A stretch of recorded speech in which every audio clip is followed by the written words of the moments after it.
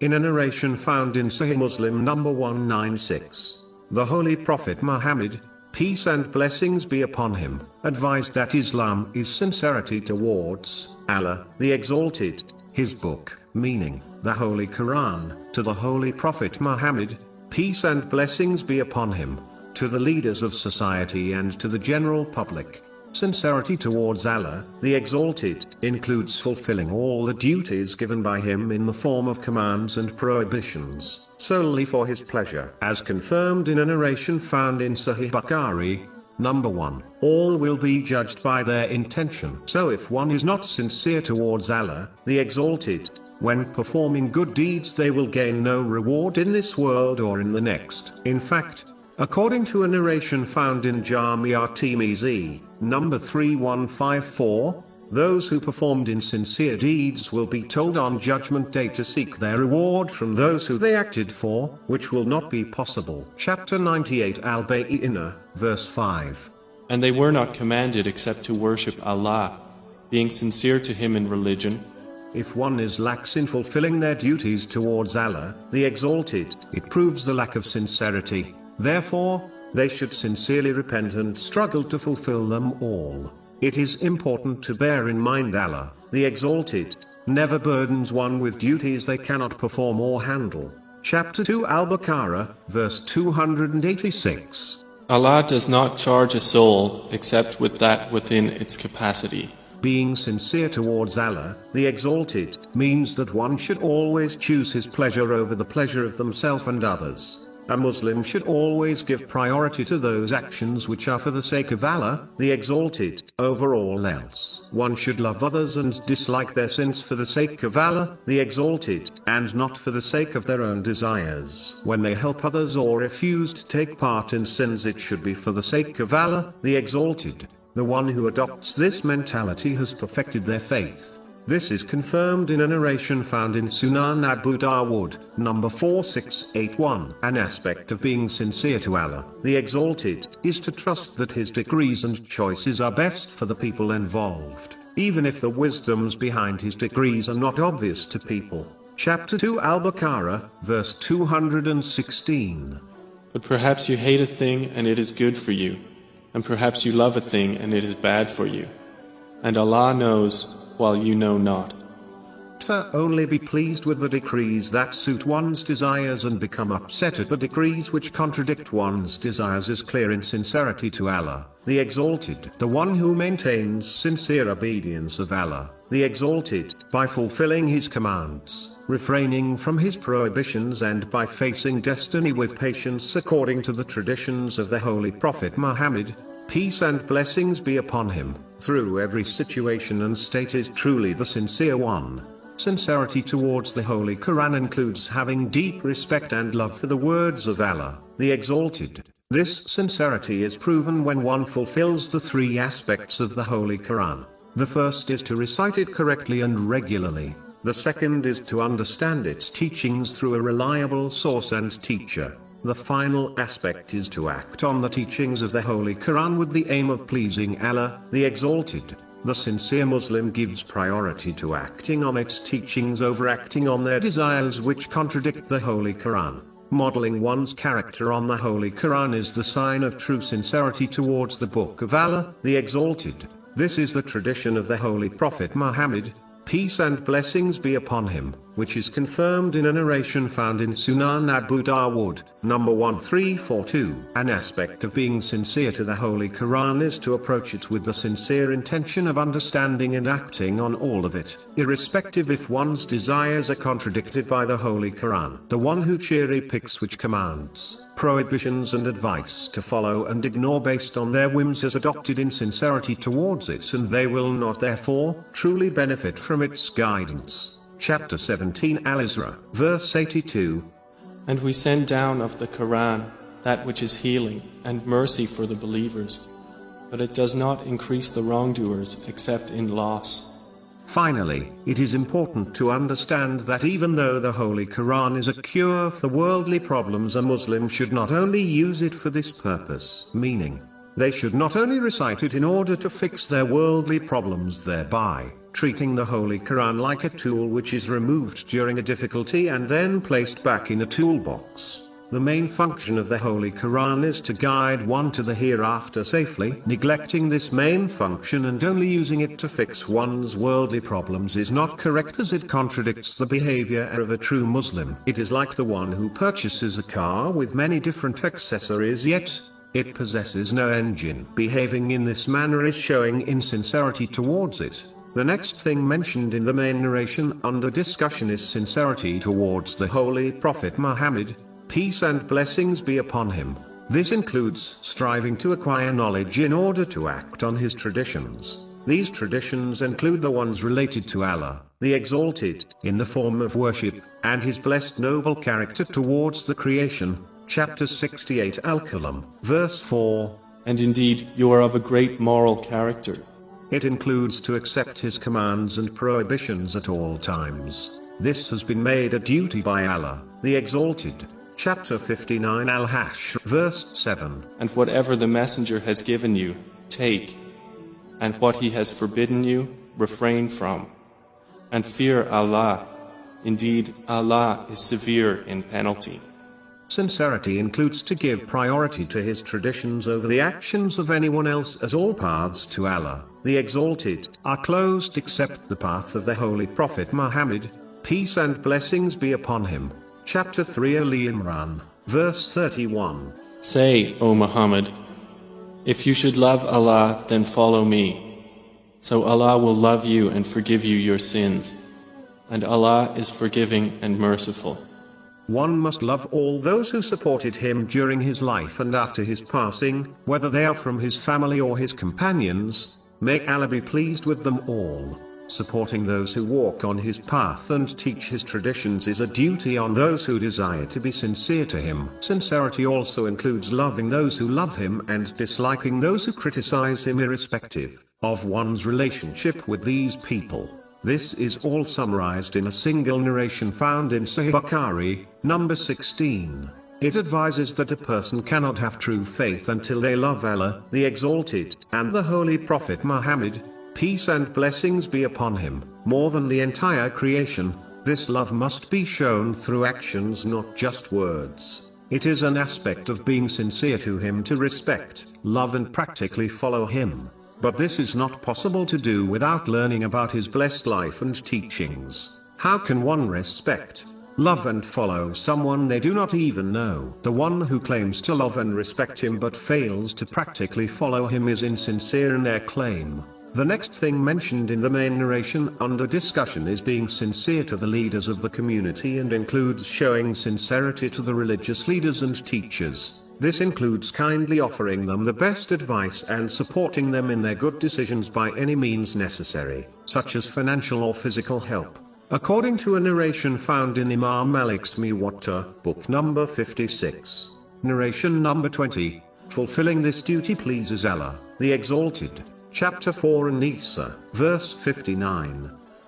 O you who have believed, obey Allah and obey the Messenger and those in authority among you. This makes it clear that it is a duty to obey the leaders of society, but it is important to note, this obedience is a duty as long as one does not disobey Allah, the Exalted. There is no obedience to the creation if it leads to the disobedience of the Creator. In cases like this, revolting against leaders should be avoided as it only leads to the harm of innocent people. Instead, the leaders should be gently advised good and forbidden evil according to the teachings of Islam. One should advise others to act accordingly and always supplicate for the leaders to remain on the correct path. If the leaders remain straight, the general public will remain straight. Also, to be deceitful towards the leaders is a sign of hypocrisy, which one must avoid at all times. Sincerity also includes striving to obey them in matters which unite society on good and warning against anything which causes disruption in society. There is no blind loyalty to leaders in Islam, only obedience to them in things which please Allah, the Exalted. The final thing mentioned in the main narration under discussion is sincerity towards the general public. This includes desiring the best for them at all times and showing this through one's words and actions. It includes advising others to do good, forbidding them from evil, to be merciful and kind to others at all times. This can be summed up by a single narration found in Sahih Muslim, number 170. It warns that one cannot be a true believer until they love for others what they desire for themselves. Being sincere to people is so important that according to the narration found in Sahih Bukhari, number 57, the Holy Prophet Muhammad, peace and blessings be upon him, placed this duty next to establishing the obligatory prayer and donating the obligatory charity. From this narration alone one can understand its importance, as it has been placed with two vital obligatory duties. It is a part of sincerity towards people that one is pleased when they are happy and sad whenever they are grieved, as long as their attitude does not contradict the teachings of Islam. A high level of sincerity includes one going to extreme limits to make the lives of others better, even if this puts themselves in difficulty. For example, one may sacrifice purchasing certain things in order to donate the wealth to the needy. Desiring and striving to always unite people on good is a part of sincerity towards others, whereas dividing others is a characteristic of the devil. Chapter 17 Al-Isra, verse 53. Indeed, Satan induces dissension among them. Indeed, Satan is ever, to mankind, a clear enemy. One way of uniting people is to veil the faults of others and advise them privately against sins. The one who acts in this way will have their sins veiled by Allah, the Exalted. This is confirmed in a narration found in Jami' at-Tirmizi, number 1426. Whenever possible one should advise and teach the aspects of religion and the important aspects of the world to others so that both their worldly and religious lives improve. A proof of one's sincerity to others is that they support them in their absence, for example, from the slander of others. Turning away from others and only worrying about oneself is not the attitude of a Muslim. In fact, this is how most animals behave. Even if one cannot change the whole society, they can still be sincere in helping those in their life, such as their relatives and friends. Simply put, one must treat others how they desire people to treat them. Chapter 28 Al-Qasas, verse 77. And do good as Allah has done good to you. An aspect of being sincere to others is aiding them in order to please Allah, the Exalted. One should not desire gratitude from people, as this destroys one's reward and is clear in sincerity to Allah, the Exalted, and people.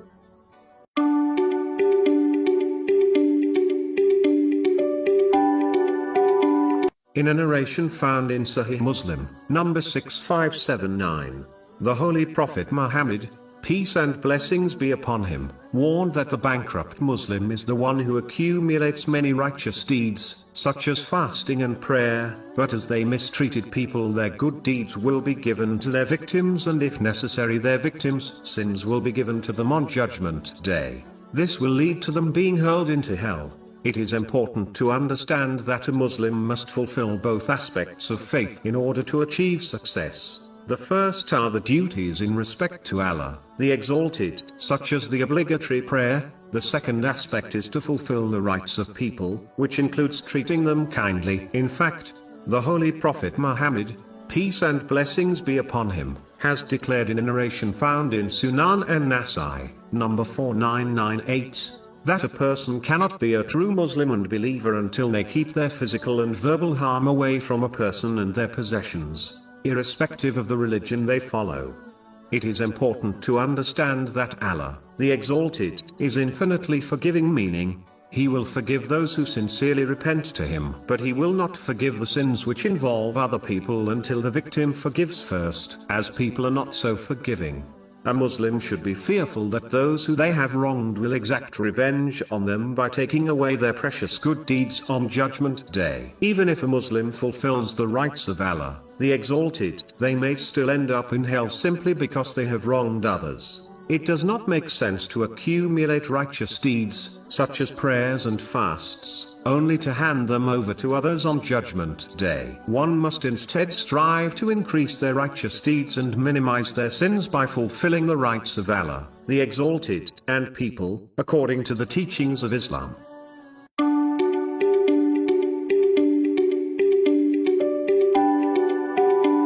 In a narration found in Jamia Tirmizi, number 2459, the Holy Prophet Muhammad, peace and blessings be upon him, described the difference between true hope in the mercy of Allah, the Exalted, and wishful thinking. True hope is when one controls their soul by avoiding the disobedience of Allah, the Exalted, and actively struggles for preparing for the hereafter, whereas the foolish wishful thinker follows their desires and then expects Allah, the Exalted, to forgive them and fulfill their wishes. It is important for Muslims not to confuse these two attitudes so that they avoid living and dying as a wishful thinker, as this person is highly unlikely to succeed in this world or the next. Wishful thinking is like a farmer who fails to prepare the land for planting, fails to plant seeds, fails to water the land and then expects to harvest a huge crop.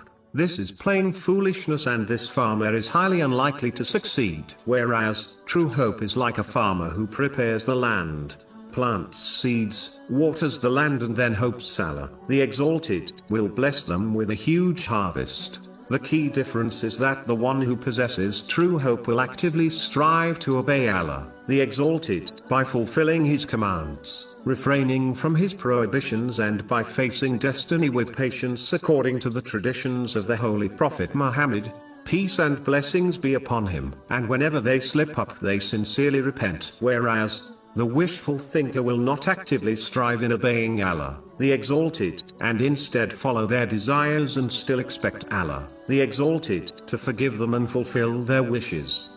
Muslims must therefore learn the key difference so that they can abandon wishful thinking and instead adopt true hope in Allah, the Exalted, which always leads to nothing except good and success in both worlds. This has been indicated in a narration found in Sahih Bukhari, number 7405. A specific type of wishful thinking which affected the past nations and even the Muslim nation is when a person believes that they can ignore the commands and prohibitions of Allah, the Exalted, and somehow someone on the Day of Judgment will intercede for them and save them from hell. Even though the intercession of the Holy Prophet Muhammad, peace and blessings be upon him, is a fact and has been discussed in many narrations, such as the one found in Sunan ibn Majah, number 4308. Nonetheless, even with his intercession, some Muslims, whose punishment will be reduced by it, will still enter hell. Even a single moment in hell is truly unbearable. So one should abandon wishful thinking and instead adopt true hope by practically striving in the obedience of Allah, the Exalted. The devil convinces those who do not believe in Judgment Day that even if it occurs, they will make peace with Allah, the Exalted, on that day by claiming that they were not so bad as they avoided major crimes such as murder. They have convinced themselves that their pleas will be accepted and they will be sent to paradise even though they disbelieved in Allah, the Exalted, during their lives on earth. This is incredibly foolish, as Allah, the Exalted, will not treat the person who believed in Him and tried to obey Him like the one who disbelieved in Him. A single verse has erased this type of wishful thinking. Chapter 3 Ali Imran, verse 85. And whoever desires other than Islam as religion, never will it be accepted from him, and he in the hereafter will be among the losers. Finally, a Muslim should not adopt wishful thinking by believing that as they are a Muslim, they will enter paradise someday, even if they must enter hell first, as a consequence of their sins. No one is guaranteed to leave this world with their faith. The one who abandons sincerely obeying Allah, the Exalted, is in great danger of leaving this world without their faith. It is important to understand that faith is like a plant which must be nourished and taken care of through the sincere obedience of Allah, the Exalted. When the plant of faith is neglected, it may well die, leaving one with nothing to ensure their success in both worlds.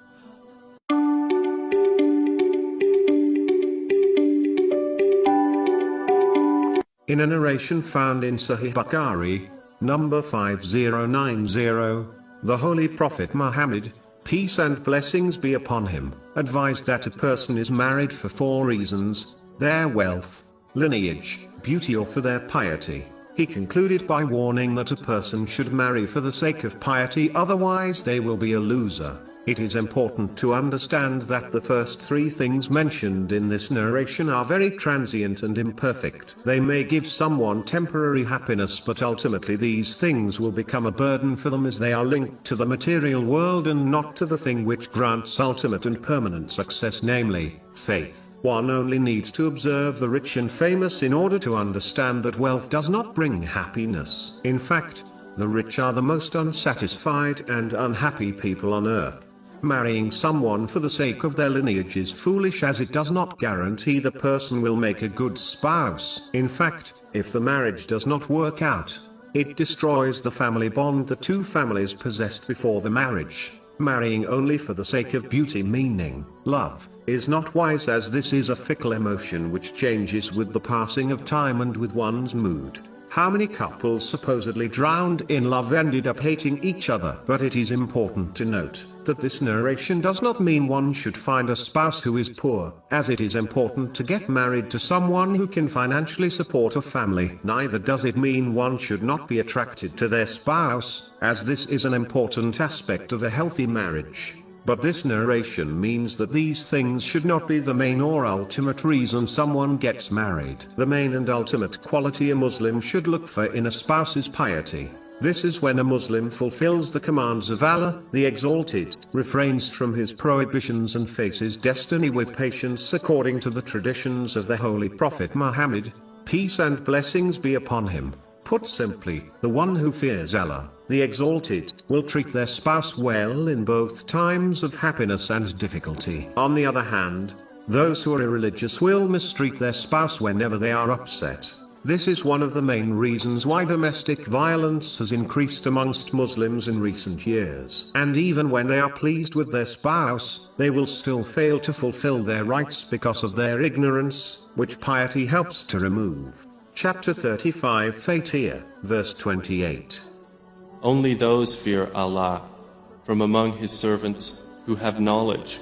Finally, the pious person is always more concerned about fulfilling the rights of others, such as their spouse, than they are concerned about people fulfilling their rights. This is because they understand that Allah, the Exalted, will question them whether or not they fulfilled the rights of people. He will not ask them if people fulfilled their rights, as this will be dealt with when Allah, the Exalted, questions others, not when He questions them. Whereas, the impious Muslim will only ever care about their rights that they have taken from society, culture, fashion and their imagination, and not from Islam. As a result, they will never be truly pleased with their spouse, even if their spouse fulfills their rights according to the teachings of Islam. This is the reason why ignorance of Islam and divorces are so strongly linked. Finally, if a Muslim desires to get married, they should firstly obtain the knowledge associated with it, such as the rights they owe their spouse,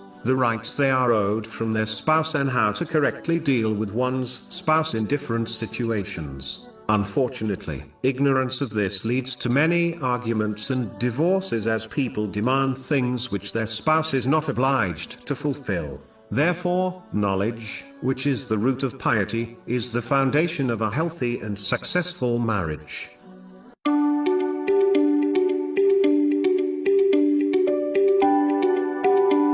In a narration found in Jami' at-Tirmizi, number 661, the Holy Prophet Muhammad, peace and blessings be upon him, advised that when a Muslim donates a tiny amount of charity, such as a single date fruit from lawful earnings, Allah, the Exalted, will give reward on Judgment Day equivalent to a large mountain.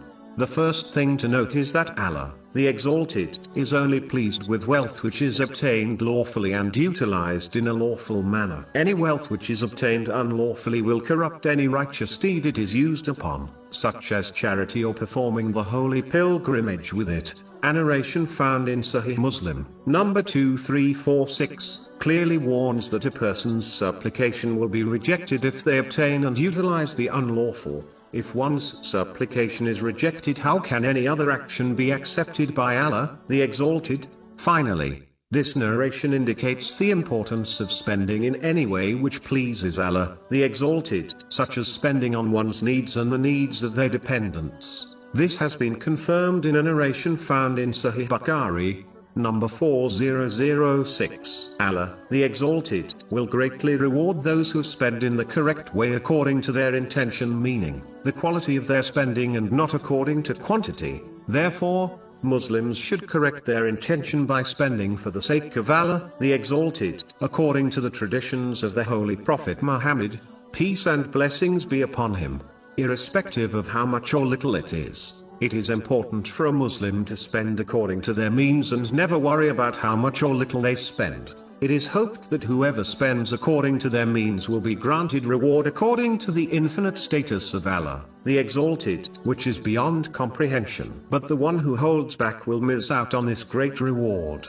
In addition, the main narration also includes using one's other lawful worldly blessings in ways pleasing to Allah, the Exalted, such as aiding others emotionally and physically. As long as one aids others in what is good for the sake of pleasing Allah, the Exalted, and they do not seek gratitude or praise from people, they will receive an uncountable reward.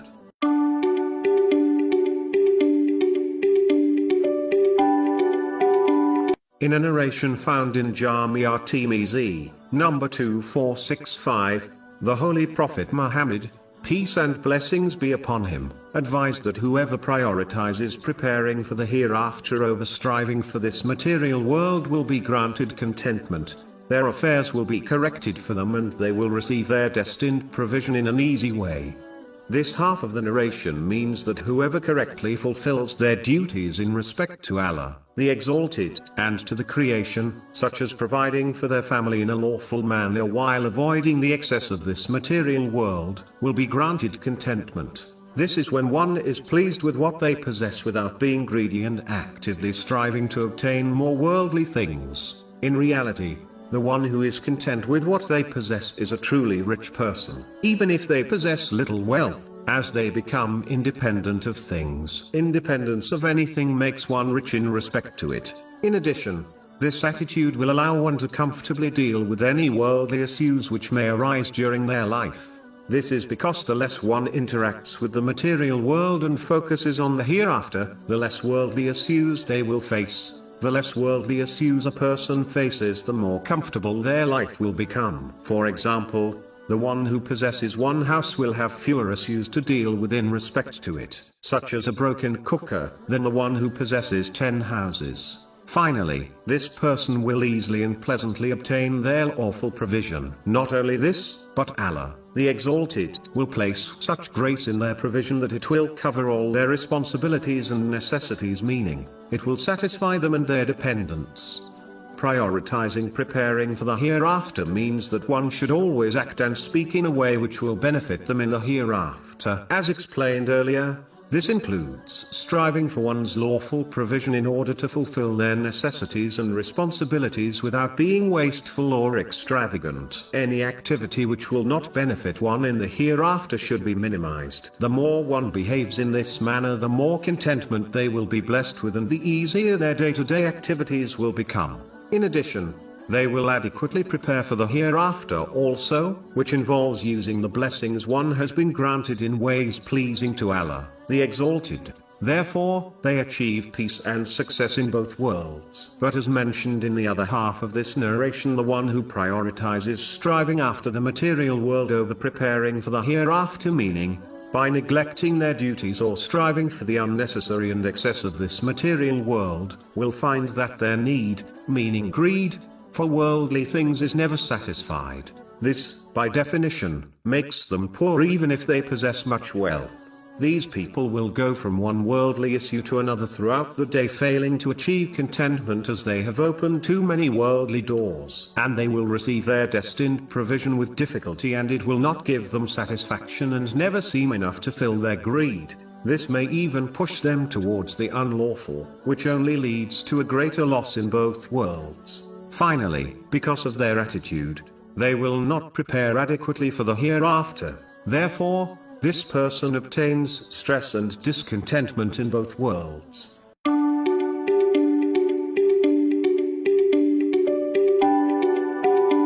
In a narration found in Sahih Bukhari, number 574, the Holy Prophet Muhammad, peace and blessings be upon him, advised that whoever establishes the two cool obligatory prayers will enter paradise.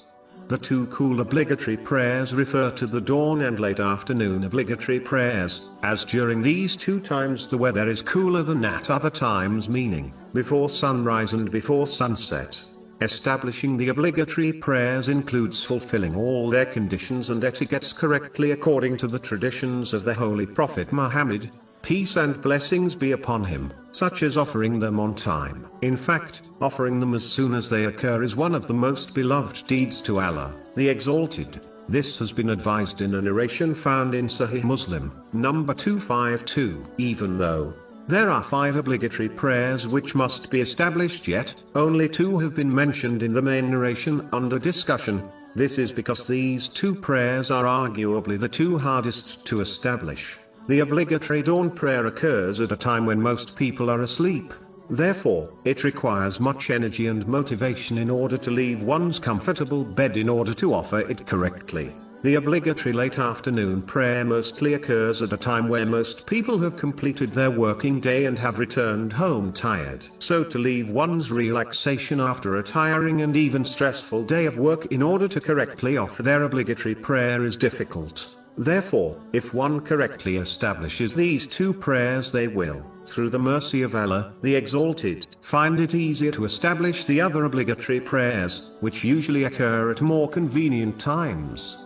Muslims should therefore strive to establish all their obligatory prayers, as it is the very essence of Islam and it in fact separates belief from disbelief. This has been confirmed in a narration found in Jamia Tirmizi, number 2618. Finally, one must note that the main narration under discussion does not mean one can achieve success by only offering the 5 obligatory prayers while neglecting their other obligatory duties and responsibilities to Allah, the Exalted, and people. In reality, the one who establishes their obligatory prayers will strive to fulfill all their other obligatory duties and responsibilities, as this is one of the outcomes of establishing the obligatory prayers. Chapter 29 Al-Ankabut, verse 45.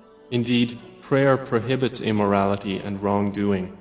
In addition, the narration guarantees paradise to the one who establishes their obligatory prayers but does not guarantee that they will not enter hell first as a result of their sins. Therefore, as always, one must understand the verses of the Holy Quran and the narrations in their correct context.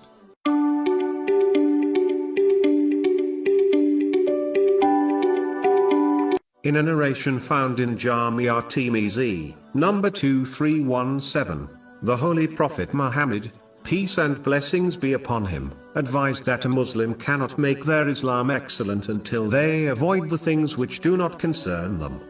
This narration contains an all-encompassing advice which should be applied to every aspect of one's life. It includes a person's speech as well as their other physical actions. It means that a Muslim who desires to perfect their faith must avoid those things, through speech and actions, which do not concern them, and instead they must occupy themselves with those things that do. One should take the things that concern them very seriously and strive to fulfill the responsibilities which accompany them, according to the teachings of Islam, solely for the pleasure of Allah, the Exalted. It is important to note that one would not be perfecting their faith if they avoided things according to their own thinking or desires. But the one who perfects their faith avoids the things which Islam has advised to avoid, meaning, one should strive to fulfill all their duties, avoid all sins and the things which are disliked in Islam, and even avoid the excess use of unnecessary lawful things. Achieving this excellence is a characteristic of the excellence of faith mentioned in a narration found in Sahih Muslim, number 99. This is when one acts and worships Allah, the Exalted, as if they can observe Him, or they at least become fully aware of Allah, the Exalted, observing their every thought and action. Being aware of this divine surveillance will encourage a Muslim to always abstain from sins and hasten towards righteous deeds. The one who does not avoid the things which do not concern them will not reach this level of excellence. A major aspect of avoiding the things which do not concern a person is linked to speech. The majority of sins occur when a person utters words which do not concern them, such as backbiting and slander. The definition of vain talk is when a person utters words which may not be sinful but are useless and therefore not their concern, as confirmed in a narration found in Sahih Bukhari, number 2408. Vain speech is hated by Allah, the Exalted. Countless arguments, fights and even physical harm have occurred simply because someone spoke about something which did not concern them. Many families have become divided. Many marriages have ended because someone did not mind their business. It is why Allah, the Exalted, has advised in the Holy Quran the different types of useful speech which people should concern themselves with. Chapter 4 An-Nisa, verse 114. No good is there in much of their private conversation, except for those who enjoin charity, or that which is right or conciliation between people. And whoever does that seeking means to the approval of Allah, then we are going to give him a great reward. In fact, uttering words which are not a person's concern will be the main reason people enter hell.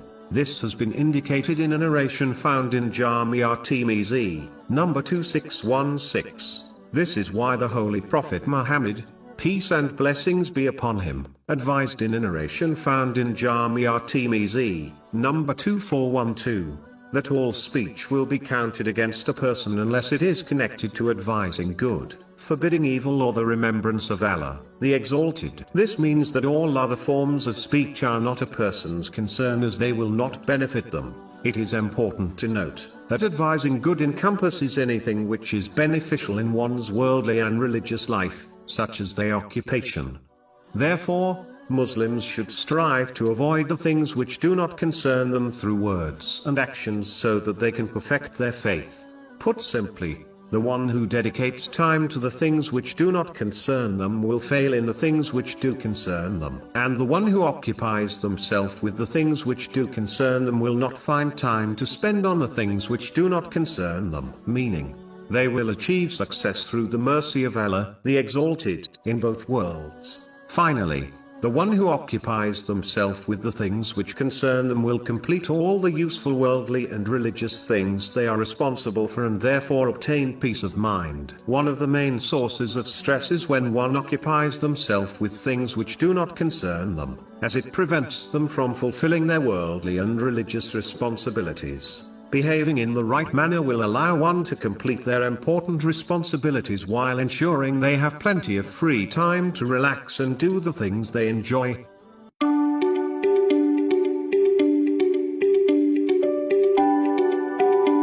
The Holy Prophet Muhammad, peace and blessings be upon him, advised in a narration found in Jami' at-Tirmidhi, number 2645.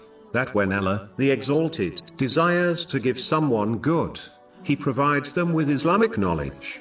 There is no doubt that every Muslim, irrespective of the strength of their faith, desires good in both worlds. Even though many Muslims incorrectly believe that the good they desire lies in fame, wealth, authority, companionship and their career, this narration makes it crystal clear that true lasting good lies in gaining and acting on Islamic knowledge. It is important to note, a branch of religious knowledge is useful worldly knowledge whereby one earns lawful provision in order to fulfill their necessities and the necessities of their dependents. Even though the Holy Prophet Muhammad, peace and blessings be upon him, has pointed out where good lies, yet it is a shame how many Muslims do not place much value in this. They, in most cases, only strive to obtain the bare minimum of Islamic knowledge in order to fulfill their obligatory duties and fail to acquire and act on more, such as the traditions of the Holy Prophet Muhammad, peace and blessings be upon him.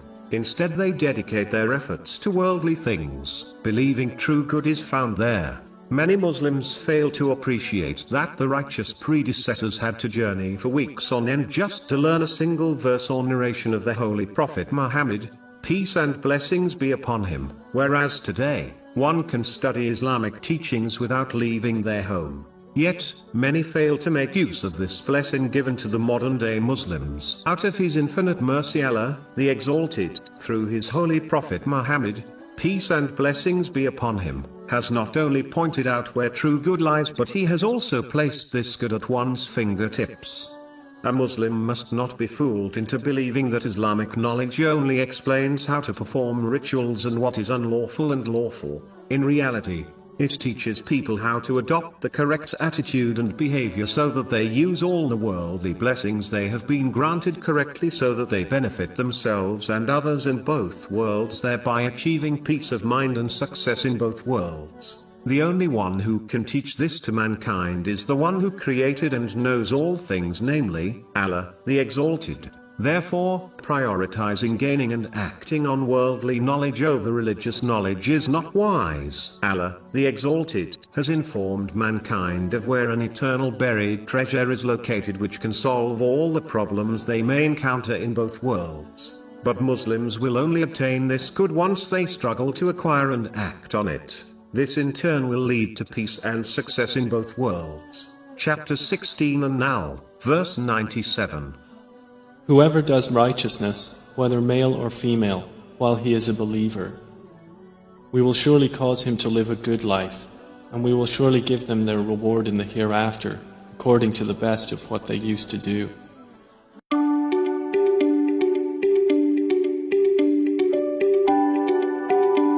The Holy Prophet Muhammad, peace and blessings be upon him, has advised the importance of objecting to evil things in a narration found in Sunan Abu Dawood, number 4340. This narration clearly shows that it is a duty on all Muslims to object to all forms of evil according to their strength and means. The lowest level, as mentioned in this narration, is rejecting the evil with one's heart. This shows internally approving evil actions is one of the ugliest of those things which are forbidden. In fact, the Holy Prophet Muhammad, peace and blessings be upon him, warned in a narration found in Sunan Abu Dawood, number 4345, that the one who is present when an evil is committed and denounces it, is like the one who was not present, but the one who was absent and approved the evil deed is like the one who was present and silent when it was committed. The first two aspects of objecting to evil, mentioned in the main narration under discussion, are through one's physical actions and speech. This is only a duty on a Muslim who has the strength to do so. For example, they will not be harmed by their actions or words. It is important to note, objecting to evil with one's hand does not refer to fighting. It refers to correcting the evil actions of others, such as returning the rights of someone which have been unlawfully violated. The one who is in a position to do so yet refrains from doing so has been warned of a punishment in a narration found in Sunan Abu Dawood, number 4338. The Holy Prophet Muhammad, peace and blessings be upon him, has advised Muslims in a narration found in Jami' at-Tirmizi, number 2191, that they should not fear the creation in respect to speaking the truth. In fact, the one who allows the fear of the creation to prevent them from objecting to evil things has been described as the one who hates themselves and will be criticized by Allah, the Exalted, on Judgment Day. This is confirmed in a narration found in Sunan Ibn Majah, number 4008. It is important to note, this does not refer to the one who remains silent out of fear of being harmed, as this is an acceptable excuse. It instead refers to the person who remains silent because of the status people hold in their eyes, even though they have nothing to fear if they speak against the evil which is occurring. A narration found in Sunan Abu Dawood, number 4341. Advises that a person can give up objecting to evil things through their actions and speech when others obey their greed, follow their incorrect opinions and desires, and when they prefer the material world over the hereafter. It does not take a scholar to conclude this time has arrived. Chapter 5 Al-Madah, verse 105. O you who have believed, upon you is responsibility for yourselves. Those who have gone astray will not harm you when you have been guided. But it is important to note, a Muslim should continue with this important duty in respect to their dependents, as this is a duty on them according to a narration found in Sunan Abu Dawood, number 2928, and in respect to those they feel physically and verbally safe from, as this is the superior attitude. Objecting to evil things which are apparent is what the main narration under discussion refers to, meaning, it does not grant permission to Muslims to spy on others in order to find evil things to object to. spying and anything associated with it in this respect are forbidden. Chapter 49 Al-Hujurat, verse 12. And do not spy. It is important to note that a Muslim must object to evil according to the teachings of Islam and not their own desires. A Muslim may believe they are acting for the sake of Allah, the Exalted, when they are not. This is proven when they object to evil in a way which contradicts the teachings of Islam. In fact, what is considered a good deed may well become a sin because of this negative attitude. A Muslim must object to evil in a gentle way, preferably in private according to the teachings of the Holy Quran and the traditions of the Holy Prophet Muhammad, peace and blessings be upon him. This is not possible to achieve without learning and acting on Islamic knowledge. The opposite of these characteristics will only push people away from sincerely repenting and may lead to further sins as a result of angering others. Finally, one must object to evil at the right time, as constructively criticizing someone at the wrong time, such as when they are angry, is unlikely to be effective in positively influencing them.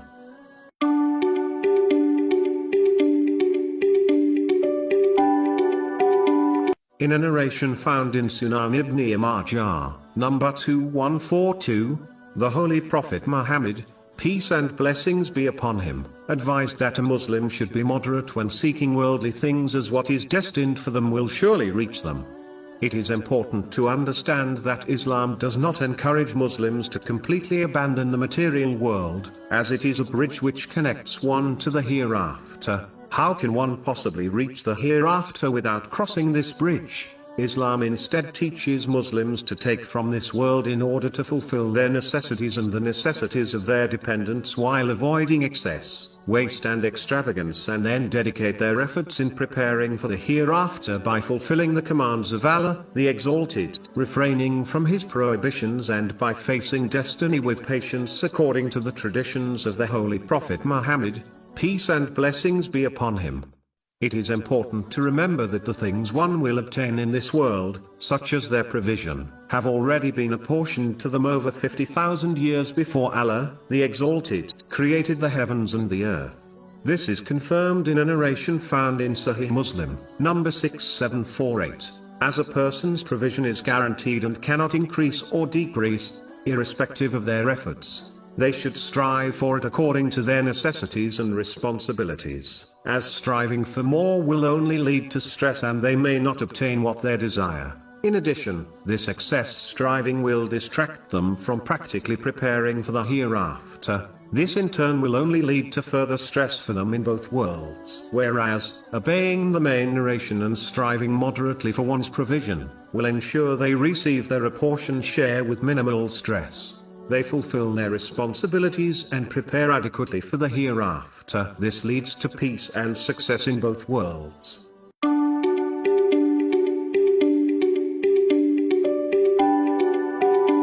In a narration found in Sahih Bukhari, number 6407, the Holy Prophet Muhammad, peace and blessings be upon him, advised that the difference between the person who remembers Allah, the Exalted, and the one who does not, is like a living person compared to a dead person.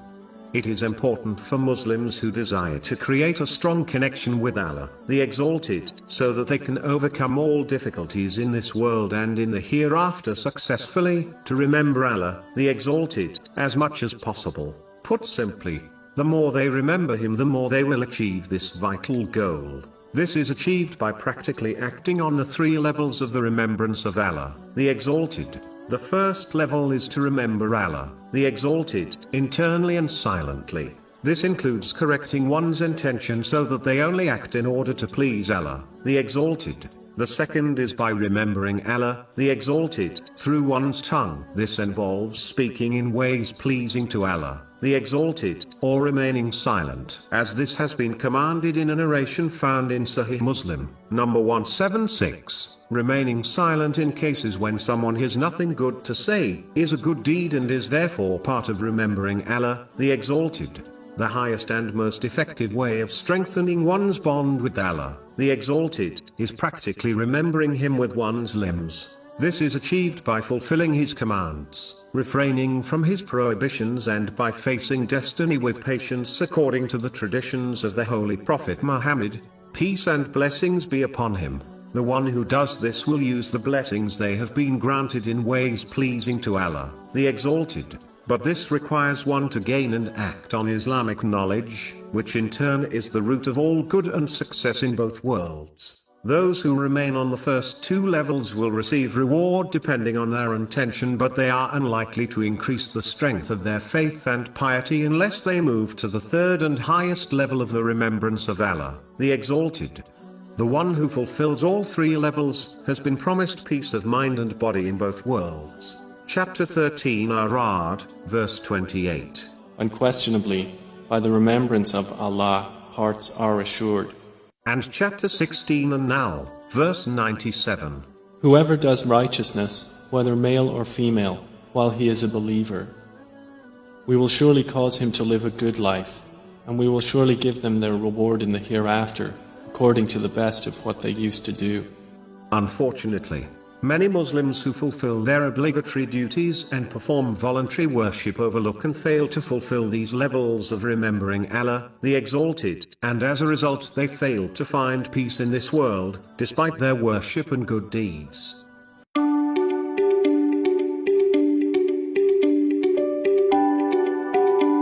In a long narration found in Sahih Muslim, number 99, the Holy Prophet Muhammad, peace and blessings be upon him, explained the meaning of excellence of faith. This excellence refers to one's conduct and behavior towards Allah, the Exalted, and the creation. Acting with excellence has been mentioned throughout the Holy Quran, such as chapter 10 Yunus, verse 26. For them who have done good is the best reward, and extra. The Holy Prophet Muhammad, peace and blessings be upon him, has explained this verse in narrations found in Sahih Muslim, numbers 449 and 450. The word extra in this verse refers to when the inhabitants of paradise will be blessed with the divine vision of Allah, the Exalted. This reward befits the Muslim who acts with excellence, as excellence means to lead one's life as if they can witness Allah, the Exalted, observing their outer and inner being at all times. A person who can observe a powerful authority watching them will never misbehave out of awe of them. In fact, the Holy Prophet Muhammad, peace and blessings be upon him, once advised someone to always behave as if they were constantly being observed by a righteous man they respected.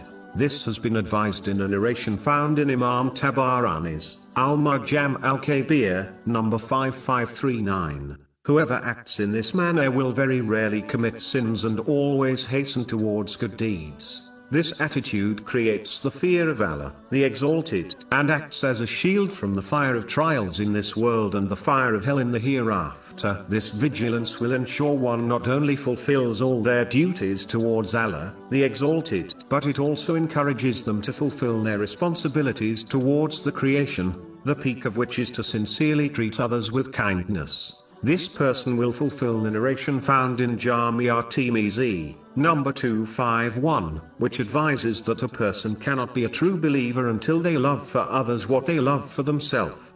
This level of excellence ensures one acts with the right intention, which is the foundation of faith, according to the narration found in Sahih Bukhari, number 1. Success is guaranteed for the one who performs good deeds and demonstrates good behavior with the right intention, namely, to please Allah, the Exalted. The more excellent a person acts, the stronger their faith becomes until they become a Muslim who is far from heedlessness and is always struggling to beautify their hereafter and worldly life according to the teachings of Islam. It is feared that the opposite of this reward will be given to those who turned away from Allah, the Exalted. As they lived without fearing the all-encompassing gaze of Allah, the Exalted, they will be veiled from seeing Him in the hereafter. Chapter 83 Al-Mutaffifin, verse 15. No, indeed from their Lord that day they will be partitioned. Those who fail to reach the level of acting as if they witness Allah, the Exalted, must act on the second part of the advice given in the main narration under discussion, namely, to sincerely believe that Allah, the Exalted, is constantly observing them, even though this state is lower in rank than the one who acts as if they observe Allah, the Exalted. Nonetheless, it is a great way of adopting true fear of Allah, the Exalted. As mentioned earlier, This attitude will prevent one from committing sins and encourage them towards good deeds, as advised by the Holy Prophet Muhammad, peace and blessings be upon him. In Imam Tabarani's Al-Mujam al-Kabir, number 7935, the one who strives to adopt this mentality will be granted shade on the Day of Judgment by Allah, the Exalted. The divine presence of Allah, the Exalted, is mentioned throughout the Holy Quran, such as chapter 57 Al-Hadid, verse 4. And He is with you wherever you are. And Allah, of what you do, is seeing. The Holy Prophet Muhammad, peace and blessings be upon him, has advised to adopt the true awareness of the divine presence of Allah, the Exalted, in many narrations. For example, in one divine narration found in Sahih Bukhari, number 7405, Allah, the Exalted, declares that He is with whoever remembers Him. This is the reason why it has been reported in Hiliyat al-Aliyah, volume 1, pages 84 and 85, about the commander of the faithful, Ali bin Abu Talib. May Allah be pleased with him, that he shied away from the glitter and pomp of the material world and found solace in the lonely night, meaning, he sought the companionship of Allah, the Exalted, rather than the companionship of people. Adopting the awareness of the divine presence of Allah, the Exalted, not only prevents sins and encourages good deeds, but it also prevents loneliness and depression. A person is very rarely affected by mental health issues when they are constantly surrounded by a person who loves them and aids them. No one loves the creation more than Allah, the Exalted, and there is no doubt that He is the source of all aid. Therefore, acting with excellence benefits one's faith, actions, emotional state and the wider society. A Muslim must avoid becoming like those who treat Allah, the Exalted, as the most insignificant of those who observe them. This is a serious spiritual illness which leads to all types of sins and evil behavior towards Allah, the Exalted, and the creation. The one who acts on the lower level by constantly remembering the divine vision will eventually reach the higher level and live as if they can see Allah, the Exalted, constantly observing their outer and inner states. Living in this manner ensures steadfast obedience of Allah, the Exalted, in all cases. Both levels of excellence of faith is obtained when one learns and acts on Islamic knowledge. The more they do this, the more they will be aware of the divine presence. Remaining steadfast on this behavior will then lead to excellence of faith.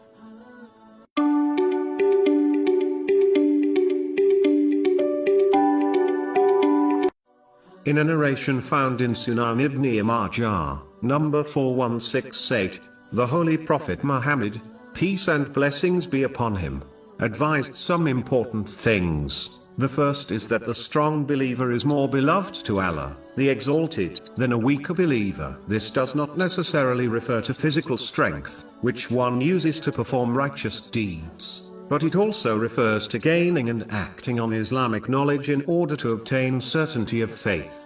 The one who possesses strong faith will fulfill their duties to Allah, the Exalted, and people correctly and in every situation, during ease and difficulties, according to their knowledge. Whereas, a weak believer will easily fail in their duties to Allah, the Exalted, and people in difficult situations. In addition, the faith of the weak believer is based on blind imitation of others, and not Islamic knowledge. Blind imitation prevents one from improving their behavior through gaining new knowledge, and it often leads to deviant practices, especially when the person one imitates is ignorant themselves. Blind imitation does not suffice when one faces difficult situations, which require steadfastness, which in itself is rooted in gaining and acting on Islamic knowledge. For example, the one who does not possess Islamic knowledge easily questions and challenges destiny. The stronger one's faith, the greater their obedience to Allah, the Exalted, in the form of fulfilling His commands, refraining from His prohibitions and facing destiny with patience according to the traditions of the Holy Prophet Muhammad, peace and blessings be upon him. This in turn increases their success in both worlds. Chapter 41 Fasilat, verse 53. We will show them our signs in the horizons and within themselves until it becomes clear to them that it is the truth. The next thing mentioned in the main narration under discussion is that a person should strive to obtain the things which benefit them without giving up. This means they should actively strive in order to obtain what Islam defines as good for themselves in both worlds, in a lawful manner as prescribed by Islam. One must note that true benefit in this world, as defined by Islam, will always benefit one in the hereafter. If it does not, then it is not true benefit. One should not be lazy and expect good things to happen spontaneously, as this is wishful thinking. They should use the energy and resources they have been provided in order to seek this good and then hope in the mercy of Allah, the Exalted, for a good outcome. This part of the main narration is linked to the first part, as a person cannot understand what real good is in this world without gaining Islamic knowledge. Put simply, real good lies in using the blessings one has been granted in ways pleasing to Allah, the Exalted, as this leads to peace and success in both worlds. If anything prevents one from doing this, then it is not good at all, even if society, fashion and culture says otherwise. The final part of the main narration under discussion advises Muslims not to question destiny, as this opens the door to the devil. He encourages Muslims to challenge the choice of Allah, the Exalted, as they do not observe the wisdoms behind it because of their short-sightedness and lack of understanding. This in turn leads to impatience and the loss of reward. One should reflect on their past experiences where they believed something was good when it was in fact bad and vice versa in order to inspire them to remain patient, as they will be shown these benefits sooner or later. Chapter 2 Al-Baqarah, verse 216. But perhaps you hate a thing and it is good for you, and perhaps you love a thing and it is bad for you. And Allah knows, while you know not. This part of the main narration is again connected to the first part, as both knowledge and strong faith will prevent one from questioning destiny, as they firmly believe that the decrees of Allah, the Exalted, are best for everyone involved and are unavoidable. Therefore, showing impatience will not prevent destiny from occurring, and it will instead only lead to a loss of reward and peace in both worlds.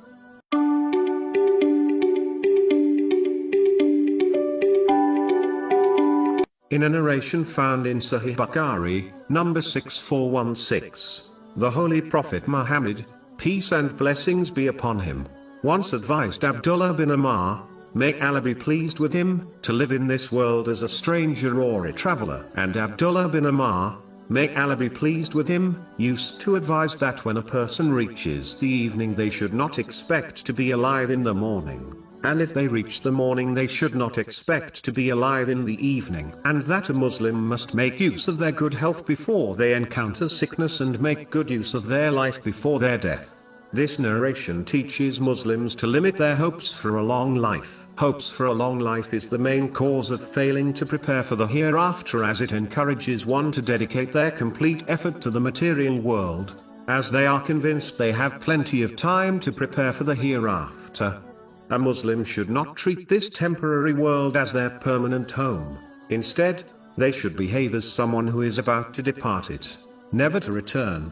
This would inspire one to dedicate the majority of their efforts in preparing for their final destination, namely, the hereafter, and to limit their efforts in obtaining the material world which is beyond their need and responsibilities. This concept has been discussed throughout the Holy Quran and the narrations of the Holy Prophet Muhammad, peace and blessings be upon him.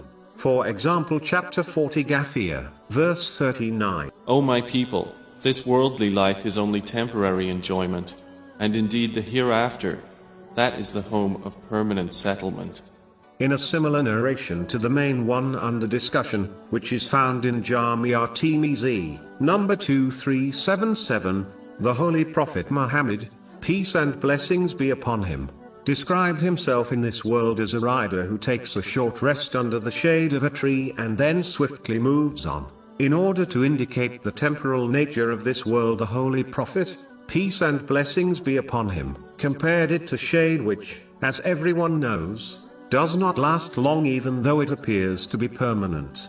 This is how the material world can appear to some. They behave as if the world will last forever, whereas in reality it will quickly fade away. In addition, this narration mentions a rider and not someone who is walking, This is because a rider would rest significantly less than someone journeying on foot. This further indicates that a person's stay in this world is very short. This is quite evident to all. Even those who reach elderly age admit their life went by in a flash. So in reality, whether one reaches old age or not, life is just a moment. Chapter 10 Yunus, verse 45. And on the day when he will gather them, it will be as if they had not remained in the world but an hour of the day. In reality, the material world is like a bridge which must be crossed and not taken as a permanent home. The same way a person does not take a bus station as their home knowing their stay there will only be for a short while. Similarly, the world is a short stop before one reaches the eternal hereafter. When someone goes on a once-in-a-lifetime holiday, in most cases, they will limit their spending on luxury household items, such as a widescreen television, and instead make do with whatever services their hotel offers. They behave in this manner as they understand that their stay in the hotel will be short and soon they will leave, never to return. This mentality prevents them from taking the holiday destination as their permanent home. Similarly, people were sent to Earth for a purpose which is definitely not to make it their permanent home.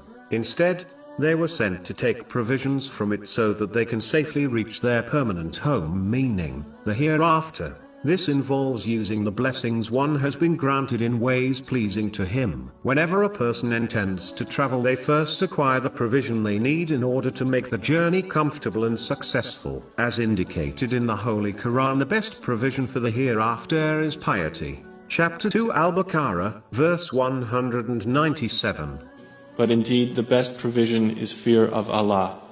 This is when a Muslim fulfills the commands of Allah, the Exalted, refrains from his prohibitions and faces destiny with patience according to the traditions of the Holy Prophet Muhammad, peace and blessings be upon him, believing he only chooses what is best for his servants. Other provisions, such as food, are required in order to complete the journey from the world to the hereafter. But the provision which should be prioritized is piety, as it is the only provision which will benefit someone in both this world and the next. It leads to peace in this world and in the next. Chapter 16 An-Nahl, verse 97. Whoever does righteousness, whether male or female, while he is a believer, we will surely cause him to live a good life, and we will surely give them their reward in the hereafter, according to the best of what they used to do. As the material world is not the permanent home of a person, they should therefore act on the main narration under discussion and either live as if they were a stranger or a traveler. The first state of being a stranger is someone who does not attach their heart and mind to their temporary home. Their only aim is to gather enough supplies so that they can return safely to their permanent home, namely, the hereafter. This is like the one who lives in a foreign country on a work visa. Their place of work is not their home, only a place to earn money so that they can return back to their homeland with it. This person will never treat the strange country as their home. Instead, they will only spend on necessary things and concentrate on saving their wealth so that they can take as much wealth as possible back to their real and permanent home. If this person spent all or the majority of their wealth in the foreign country and returned to their home country empty-handed, they would undoubtedly be considered blameworthy by their relatives. This is because they have failed in their mission and purpose of living in another country on a work visa. Similarly, a Muslim should dedicate the majority of their efforts in acquiring provisions to take to the hereafter. They should not compete for the luxuries of the material world with others. Instead, they must concentrate on their mission to acquire provisions for the eternal hereafter. If they dedicate too much effort in beautifying their temporary home, then they will enter the hereafter unprepared and empty-handed and therefore fail in their mission which Allah, the Exalted, entrusted them with. A Muslim should be honest with themselves and reflect on how many hours of the day they dedicate to the material world and preparing for the hereafter. This self-reflection will show them if they have the correct mentality or not and how strong their faith in the hereafter really is. Chapter 87 Al-Allah, verses 16 to 17. But you prefer the worldly life, while the hereafter is better and more enduring. The Holy Prophet Muhammad, peace and blessings be upon him, was sent to mankind when they were the most lowly of people, and the vast majority of them were leading a sinful life which would have caused them to enter hell. The Holy Prophet Muhammad, peace and blessings be upon him, called them towards the path of truth with clear proofs. Many of these people accepted his clear message and followed him. He promised them that Islam would conquer many nations and much wealth would be obtained by the Muslims. But he warned them not to become distracted by the luxuries of the material world. An example of this warning is mentioned in a narration found in Sunan ibn Majah, number 3997. The Holy Prophet Muhammad, peace and blessings be upon him, warned that competing for the unnecessary luxuries of the material world would destroy people. Therefore, he advised Muslims to content themselves with the basic necessities in order to fulfill their responsibilities and needs, and instead concentrate on preparing for the hereafter. Everything the Holy Prophet Muhammad, peace and blessings be upon him, promised Muslims came true. When the world was opened to the Muslims, the majority of them became busy with competing, collecting, hoarding and enjoying the excess of the material world. Thus, they gave up preparing for the hereafter correctly as they were told to by the Holy Prophet Muhammad, peace and blessings be upon him. Only a few accepted his advice and only took what they needed from the material world in order to fulfill their needs and responsibilities, and dedicated the majority of their efforts in preparing for the eternal hereafter. This small party, meaning the companions, may Allah be pleased with them, and the righteous predecessors, caught up with the Holy Prophet Muhammad, peace and blessings be upon him, in the hereafter, as they practically followed his advice and footsteps. On the other hand, the majority continued in their heedlessness, chasing the material world until death caught them unprepared. The second mentality Muslims should adopt, as advised in the main narration under discussion, is that of a traveler. This person does not observe this material world as their home and instead journeys towards their true home, meaning the hereafter. This mentality is similar to a backpacker who may sleep over in different cities but never regards them as their home.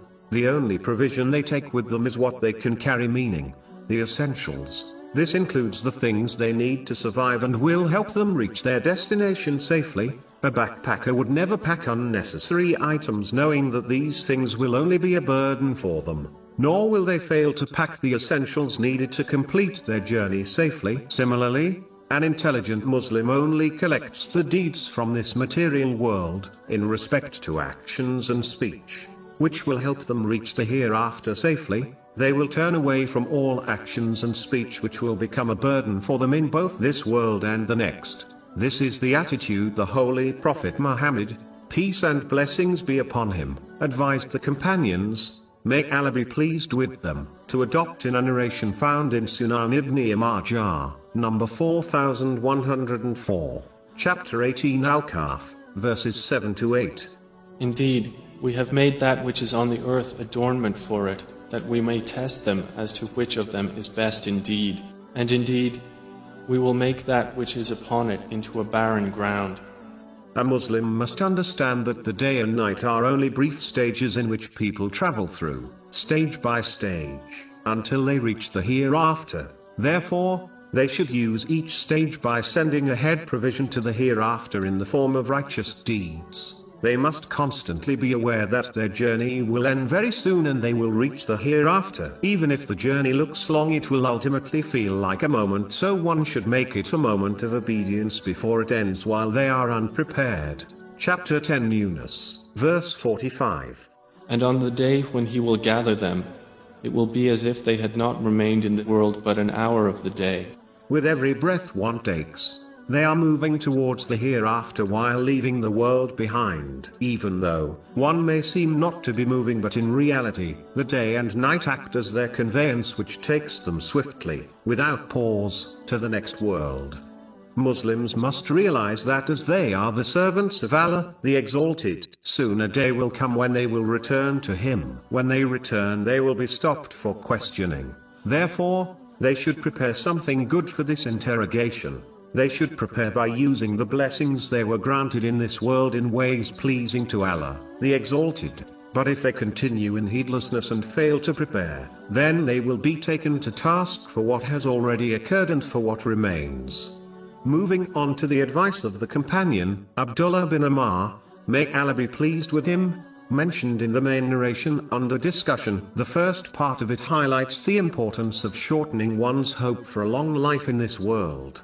A Muslim should not believe their stay in this world is long, as they could pass away at any moment. Even if one lives for many years, life still seems to have gone by in a flash. This is what Abdullah bin Amr, may Allah be pleased with him, indicated by advising Muslims not to believe they will be alive in the morning if they reach the evening. This mentality is the root cause of only taking what one needs from the material world in order to fulfill their worldly responsibilities and prepare for the hereafter, whereas having hopes for a long life is the root cause of the opposite meaning.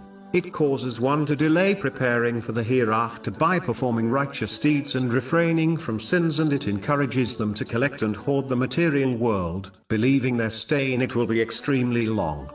In addition, Abdullah bin Amr, may Allah be pleased with him, also advised Muslims to make good use of their good health before they encounter sickness. Unfortunately, most people only appreciate the value of good health after they lose it, which has been warned in a narration found in Sahih Bukhari, number 6412. Making use of good health means that a Muslim should use their physical and mental strength in the obedience of Allah, the Exalted, by performing righteous deeds and refraining from sins before they reach a time when they might desire to perform good deeds but can no longer do them due to poor health. The one who makes good use of their good health will be given the reward of the righteous deeds they performed during their good health, even when they encounter sickness and can no longer do them. This is confirmed in a narration found in Sahih Bukhari, number 2996. Whereas, the one who does not make good use of their good health will lose this potential reward when they become sick. In fact, they will be left with nothing except regret. The final part of the advice given by Abdullah bin Amr, may Allah be pleased with him, is that a person should make good use of their life before death. This includes making use of all things which lead to righteous deeds, such as wealth, and avoiding all those things which prevent one from doing good deeds, such as unnecessary preoccupations. It is important for Muslims to make good use of their time before they become distracted with responsibilities which naturally occur with the passing of time, such as marriage, and to make good use of their wealth before their financial responsibilities increase. Making good use of time is essential for success, as it is a strange worldly blessing, which never returns after it departs. Unlike all other blessings, one must make use of their time by prioritizing their activities correctly according to the teachings of Islam. The one who behaves in this manner will fulfill all their responsibilities, duties and necessities, and have plenty of time to enjoy lawful pleasures in a balanced way. As warned by the Holy Prophet Muhammad, peace and blessings be upon him, in a narration found in Jami' at-Tirmidhi, number 2403, all people will have regrets at the time of their death. The good doer will regret that they did not perform more good deeds before dying. The sinful person will regret that they did not sincerely repent before their death. In this world, people are often given second chances, for example, redoing a driving test. But there is no do-over once a person dies. Regret will not help them at all. Instead, it will only add to their pain and suffering. So Muslims must use the time they are given to strive in the obedience of Allah, the Exalted, before their moment ends, by fulfilling the commands of Allah, the Exalted, refraining from His prohibitions, and by facing destiny with patience. One should abandon the mentality of delaying things till tomorrow, as in most cases this tomorrow never comes. A Muslim should concentrate on today and therefore, do the things which please Allah, the Exalted, as tomorrow may come in this world but they may not be alive to witness it.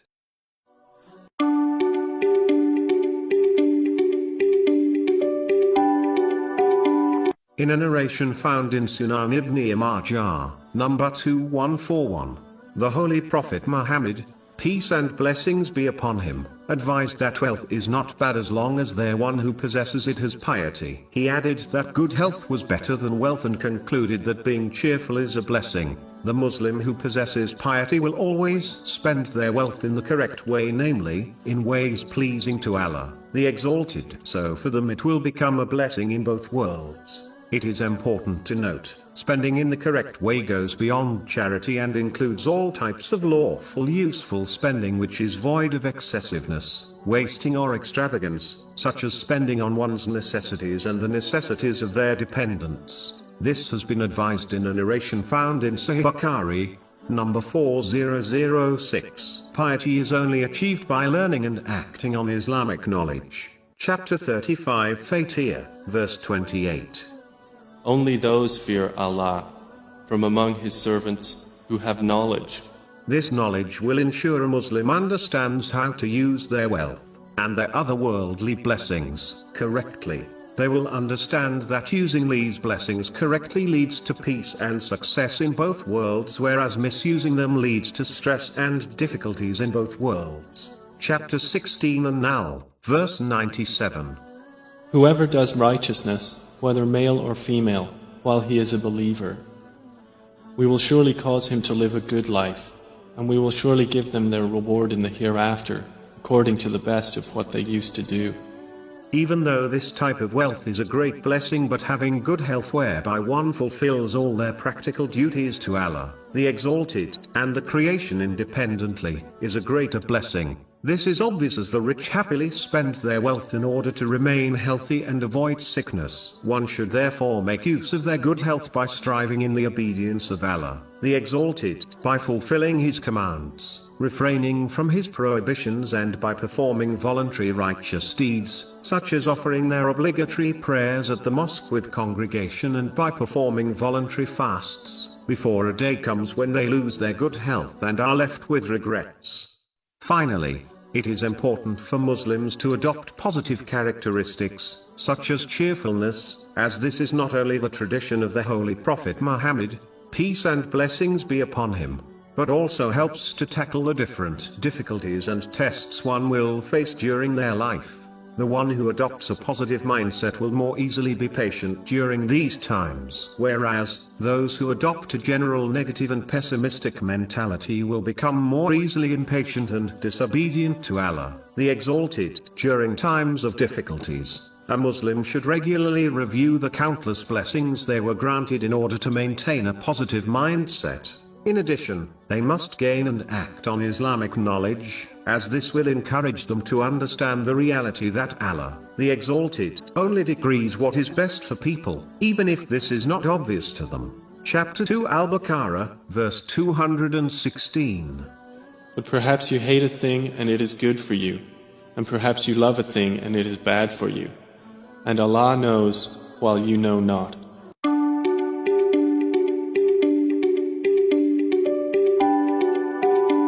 In a narration found in Sahih Muslim, number 6543, the Holy Prophet Muhammad, peace and blessings be upon him, advised that Allah, the Exalted, does not judge people based on their outward appearance or their wealth. Instead, He observes and judges people's inward intention and their physical actions. The first thing to note is that a Muslim should always correct their intention when performing any deed, as Allah, the Exalted, will only reward them when they perform righteous deeds for His sake.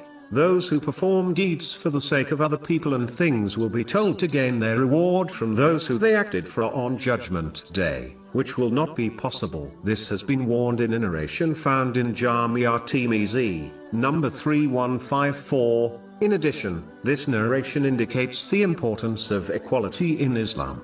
A person is not superior to others by worldly things such as their ethnicity or wealth, even though many Muslims have erected these barriers, such as social castes and sects, thereby believing some are better than others. Islam has clearly rejected this concept and declared that, in this respect, all people are equal in the sight of Islam. The only thing which makes one Muslim superior to another is their piety, meaning how much they fulfill the commands of Allah, the Exalted, refrain from His prohibitions, and face destiny with patience according to the traditions of the Holy Prophet Muhammad, peace and blessings be upon him. Chapter 49 Al-Hujurat, verse 13. Indeed, the most noble of you in the sight of Allah is the most righteous of you.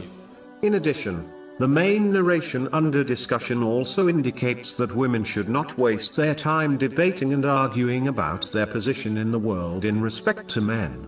Instead, they must understand that superiority does not lie in copying or outdoing men. It only lies in sincerely obeying Allah, the Exalted. A Muslim should therefore busy themselves in obeying Allah, the Exalted, by fulfilling His rights and the rights of people, and not believe that something they possess or belong to will somehow save them from punishment.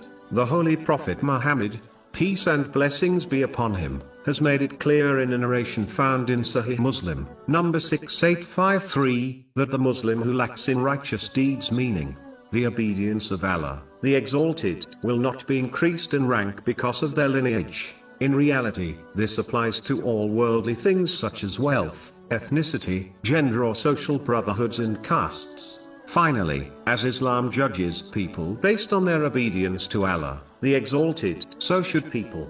They must not deem others inferior to them or others based on worldly standards, as this often leads to pride and failing in fulfilling the rights of others, both of which lead to disaster in both worlds. The real status of a person is hidden, as one's intention is hidden from people, even if they can observe their actions. Therefore, it is foolish to look down upon others, as they may well be superior to them.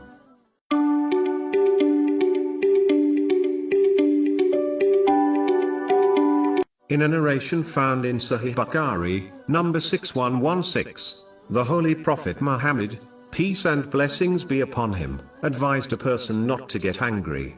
In reality, this narration does not mean a person should never get angry, as anger is an innate characteristic which is even found in the Holy Prophets, peace be upon them. In fact, in some rare cases anger can be useful, such as in self-defense. This narration actually means that a person should control their anger so it does not lead them to the disobedience of Allah, the Exalted, something demonstrated perfectly by the Holy Prophets, peace be upon them.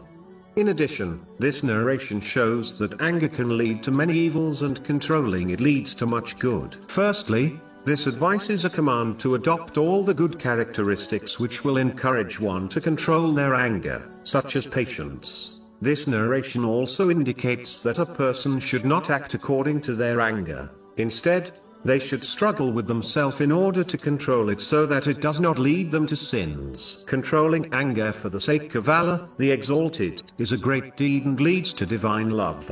Chapter 3 Ali Imran, verse 134.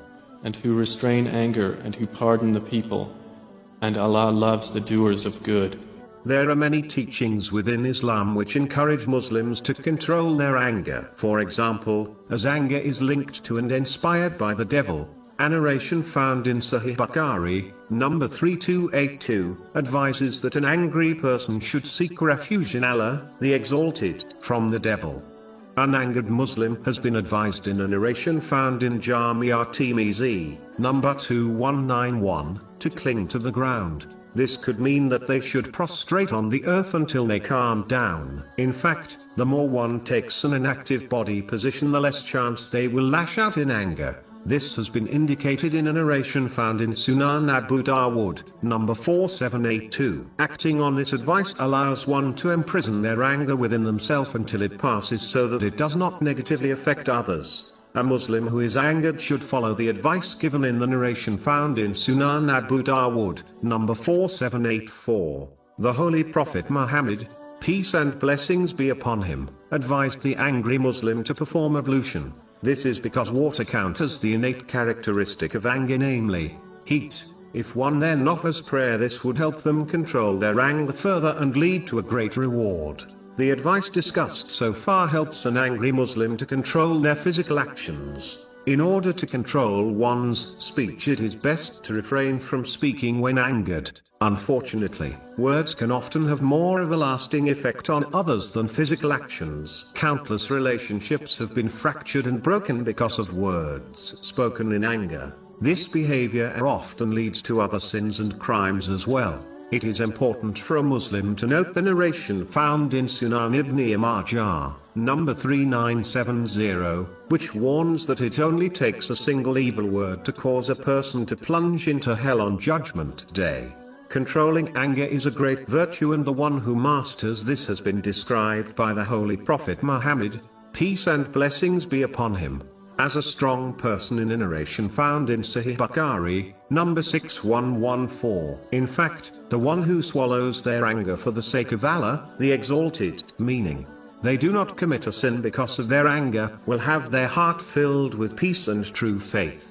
This has been advised in a narration found in Sunan Abu Dawood, number 4778. This is a characteristic of the sound heart which is mentioned in the Holy Quran. It is the only heart which will be granted safety on the Day of Judgment. Chapter 26 Ash-Shura, verses 88 to 89. The day when there will not benefit anyone, wealth or children, but only one who comes to Allah with a sound heart.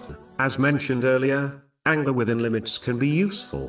It should be used for repelling harm to oneself, faith and possessions, which if done correctly, according to the teachings of Islam, is counted as anger for the sake of Allah, the Exalted. This was the state of the Holy Prophet Muhammad, peace and blessings be upon him, who was never angered for the sake of his own desires. He only became angry for the sake of Allah, the Exalted, which is confirmed in a narration found in Sahih Muslim, number 6050. The character of the Holy Prophet Muhammad, peace and blessings be upon him, was the Holy Quran, which has been advised in a narration found in Sahih Muslim, number 1739. This means he would be pleased with what it was pleased with and angered with what it was angered with. In addition, hating for the sake of Allah, the Exalted, is an aspect of perfecting one's faith. This has been advised in a narration found in Sunan Abu Dawood, number 4681. The root of hatred is anger. This makes it clear that Islam does not command one to abolish anger, as this is not really possible to achieve. It instead teaches them to control it within the bounds of Islam. It is important to note that becoming angered only for the sake of Allah, the Exalted, is praiseworthy, but if this anger causes one to exceed the limits, then it becomes blameworthy. It is absolutely vital for one to control their anger according to the teachings of Islam, even when they are angered for the sake of Allah, the Exalted. A narration found in Sunan Abu Dawood, number 4901, warns of a worshipper who angrily claimed Allah, the Exalted, would not forgive a specific sinful person. As a result, this worshipper will be sent to hell, while the sinner will be forgiven on Judgment Day. The origins of evil consist of four things: failing to control one's desire, fear, evil appetites and anger. Therefore, the one who accepts the advice of this narration will remove a quarter of evil from their character and life. To conclude, it is vital for Muslims to control their anger so it does not cause them to act or speak in a way which will lead them to a great regret in both this world and the next.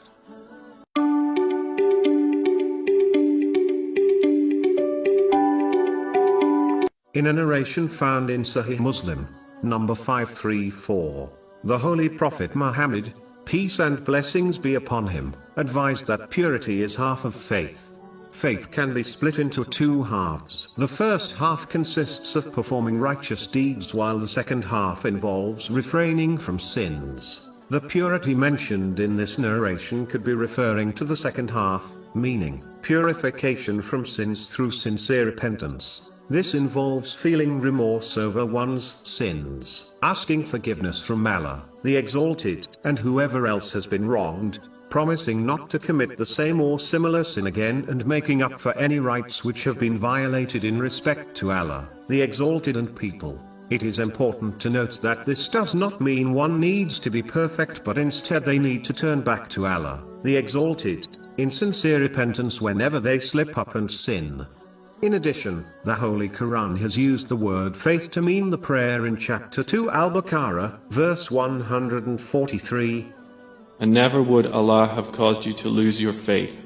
If the narration refers to the prayer, then this could mean that half of the prayer is purity, namely, ablution. Finally, purity could also be referring to the purity of one's spiritual heart, through abandoning negative characteristics and adopting good ones by learning and acting on the teachings of Islam. This inner purification leads to the sincere obedience of Allah, the Exalted. These two halves are the ingredients of faith and success. Therefore, this inner purification is half of faith. The next thing mentioned in the main narration is that prayer is a light. This could mean that the one who establishes the prayer, by fulfilling all its conditions and etiquettes correctly, will be guided by the light of the prayer towards the sincere obedience of Allah, the Exalted, which involves fulfilling His commands, refraining from His prohibitions and facing destiny with patience according to the traditions of the Holy Prophet Muhammad, peace and blessings be upon him. Chapter 29 Al-Ankabut, verse 45. Indeed, prayer prohibits immorality and wrongdoing. In addition, the prayer will be a light in a Muslim's grave. This is the moment when their wealth and family abandons them and they are left with only their good and bad deeds. This has been warned in a narration found in Jami' at-Tirmizi, number 2379.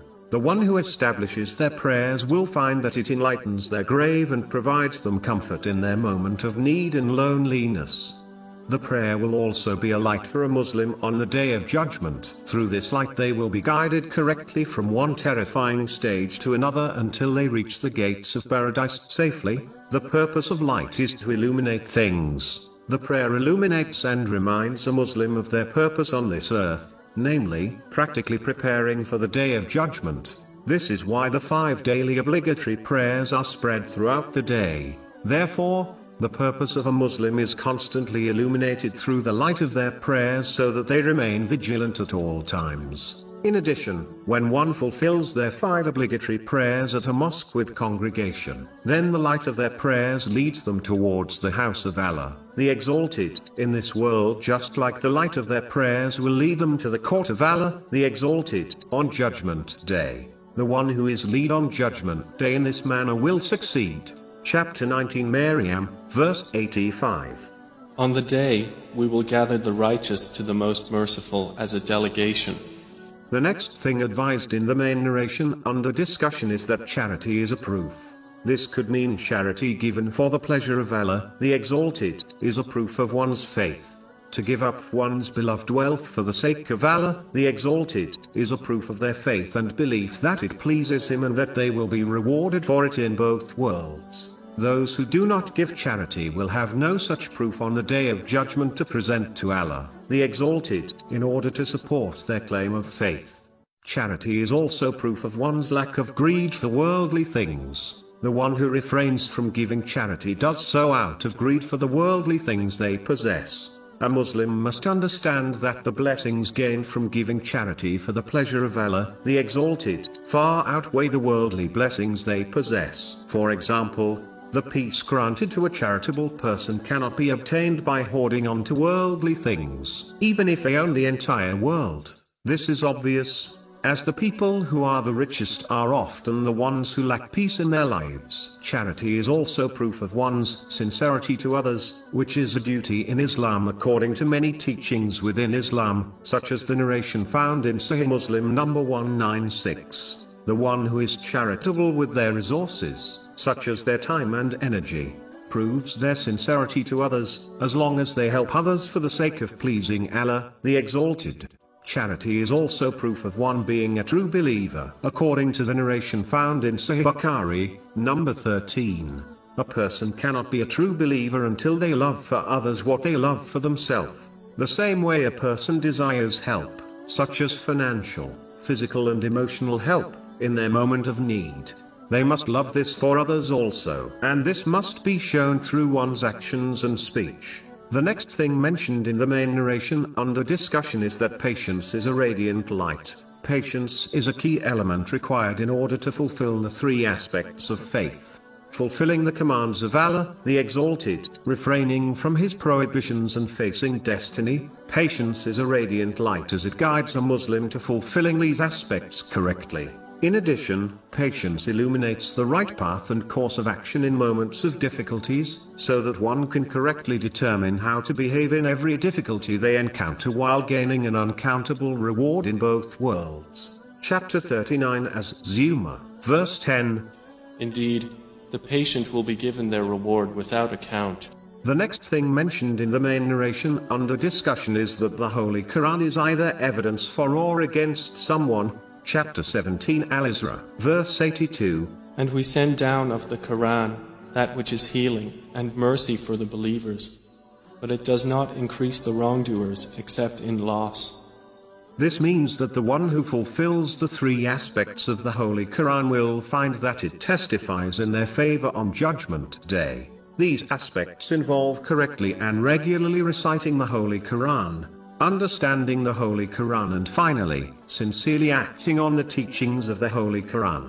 But those who fail to fulfill these aspects correctly will find that the Holy Quran testifies against them on Judgment Day. In fact, those who fail to understand and act on the Holy Quran only harm themselves, even though they believe they are receiving reward. For example, a Muslim might recite chapter 104 Al-Humayza, verse 1. But as they themselves backbite and slander others, they are only invoking the curse of Allah, the Exalted, on themselves. Woe to every scorner and mocker. The last thing mentioned in the main narration under discussion is how the behavior of a person either leads them to freedom or it condemns them. This means that the Muslim who strives in the obedience of Allah, the Exalted, by fulfilling their responsibilities to Him and to people, according to the teachings of Islam, will free themselves from punishment, whereas those who fail to do this only condemn themselves to punishment in both worlds. Chapter 91 Ash-Shams, verses 9 to 10. He has succeeded who purifies it, and he has failed who instills it with corruption. The one who acts correctly, by using the blessings they have been granted in ways pleasing to Allah, the Exalted, will find freedom from difficulties and stress. Chapter 16 An-Nahl, verse 97. Whoever does righteousness, whether male or female, while he is a believer, we will surely cause him to live a good life, and we will surely give them their reward in the hereafter, according to the best of what they used to do. Whereas, the one who fails to use the blessings they were granted correctly, in ways pleasing to Allah, the Exalted, will condemn themselves to a dark and constricted life in both worlds, even if they fulfill all their worldly desires. Chapter 20 Taha, verse 124. And whoever turns away from my remembrance, indeed he will have a depressed life, and we will gather him on the day of resurrection blind.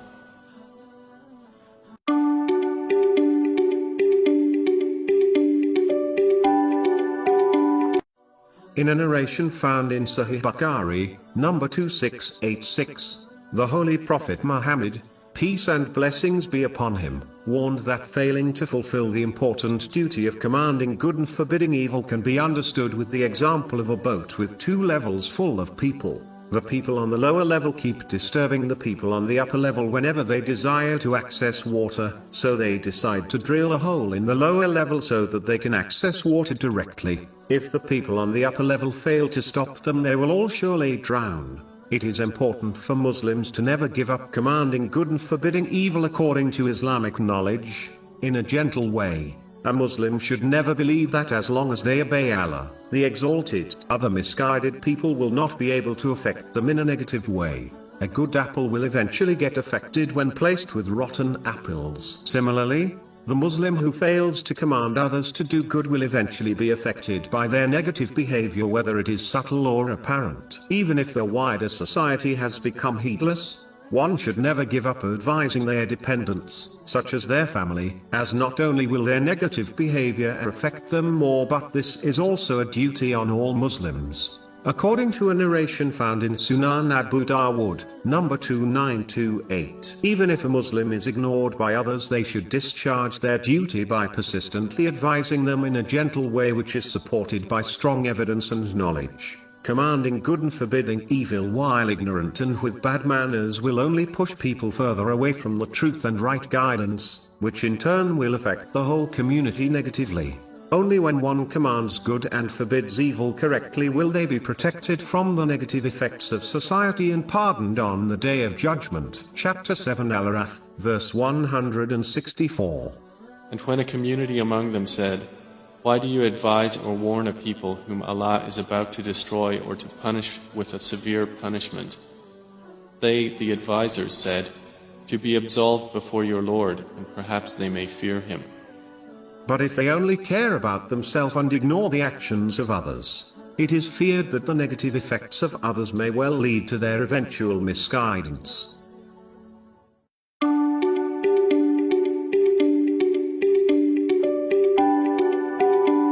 In a narration found in Sahih Muslim, number 7500, the Holy Prophet Muhammad, peace and blessings be upon him, advised that every situation is blessed for a believer. The only condition is that they need to respond to each situation they encounter while obeying Allah, the Exalted, specifically, patience in difficulties and gratitude in times of ease. There are two aspects of life. One aspect are the situations people find themselves in, whether they are times of ease or difficulties. The control of what situation a person faces is out of their hands. Allah, the Exalted, has decided this and there is no escaping them. Therefore, stressing over the situations one faces does not make sense as they are destined and therefore inevitable. The other aspect is a person's reaction to each situation. This is in each person's control and this is what they are judged on, for example, showing patience or impatience in a difficult situation. Therefore, a Muslim must concentrate on their behavior and reaction in each situation instead of stressing over being in a situation, as this is unavoidable.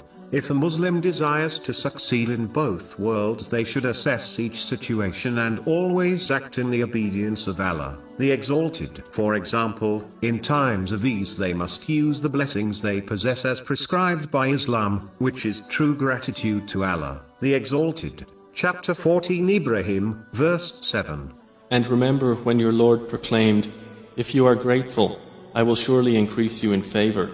And in times of difficulty they must show patience, knowing Allah, the Exalted, chooses what is best for his servants even if they do not understand the wisdom behind the choices. Chapter 2 Al-Baqarah, verse 216. But perhaps you hate a thing and it is good for you, and perhaps you love a thing and it is bad for you. And Allah knows, while you know not. It is important to note that success in every situation, in the main narration, has been indicated for the believer and not the Muslim.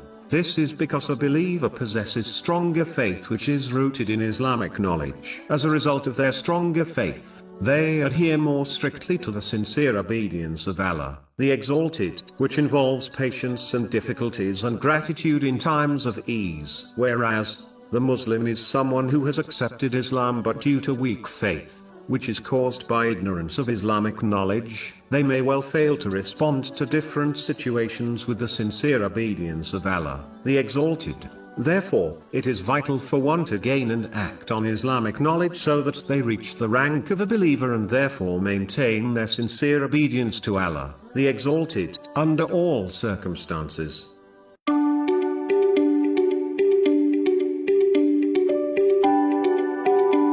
In a narration found in Sahih Muslim, number 159, the Holy Prophet Muhammad, peace and blessings be upon him, gave a short but far-reaching piece of advice. He advised people to sincerely declare their belief in Allah, the Exalted, and then remain steadfast on it. Remaining steadfast on one's faith means that they must strive in the sincere obedience of Allah, the Exalted, in all aspects of their life. It consists of fulfilling the commands of Allah, the Exalted, which relate to Him, such as the obligatory fasts, and those which relate to people, such as treating others kindly. It includes refraining from all the prohibitions of Islam which are between a person and Allah, the Exalted, and those involving others. A Muslim must also face destiny with patience, truly believing Allah, the Exalted, chooses what is best for His servants. Chapter 2 Al-Baqarah, verse 216. But perhaps you hate a thing and it is good for you, and perhaps you love a thing and it is bad for you. And Allah knows, while you know not. Finally, it involves fulfilling these aspects according to the traditions of the Holy Prophet Muhammad, peace and blessings be upon him. Chapter 3 Ali Imran, verse 31. Say, O Muhammad, if you should love Allah, then follow me. So Allah will love you and forgive you your sins. And Allah is forgiving and merciful. Steadfastness can include refraining from both types of polytheism. The major type is when one worships something other than Allah, the Exalted. The minor type is when one performs good deeds other than for the sake of Allah, the Exalted, such as showing off. This has been warned in a narration found in Sunan ibn Majah, number 3989. Therefore, an aspect of steadfastness is to always act for the sake of Allah, the Exalted. It includes obeying Allah, the Exalted, at all times and refraining from cherry-picking when and what Islamic teachings one will follow according to their desires. Steadfastness includes sincerely obeying Allah, the Exalted, instead of obeying and pleasing oneself or others. If a Muslim disobeys Allah, the Exalted, by pleasing themselves or others, they should know that neither their desires nor people will protect them from Allah, the Exalted. On the other hand, the one who is sincerely obedient to Allah, the Exalted, will be protected from all things by Him even if this protection is not apparent to them. Remaining steadfast on one's faith includes following the path set out by the Holy Quran and the traditions of the Holy Prophet Muhammad, peace and blessings be upon him, and not adopting a path which deviates from this. The one who strives to adopt this path will not need anything else, as this is enough to keep them steadfast in their faith. Chapter 4 An-Nisa, verse 59.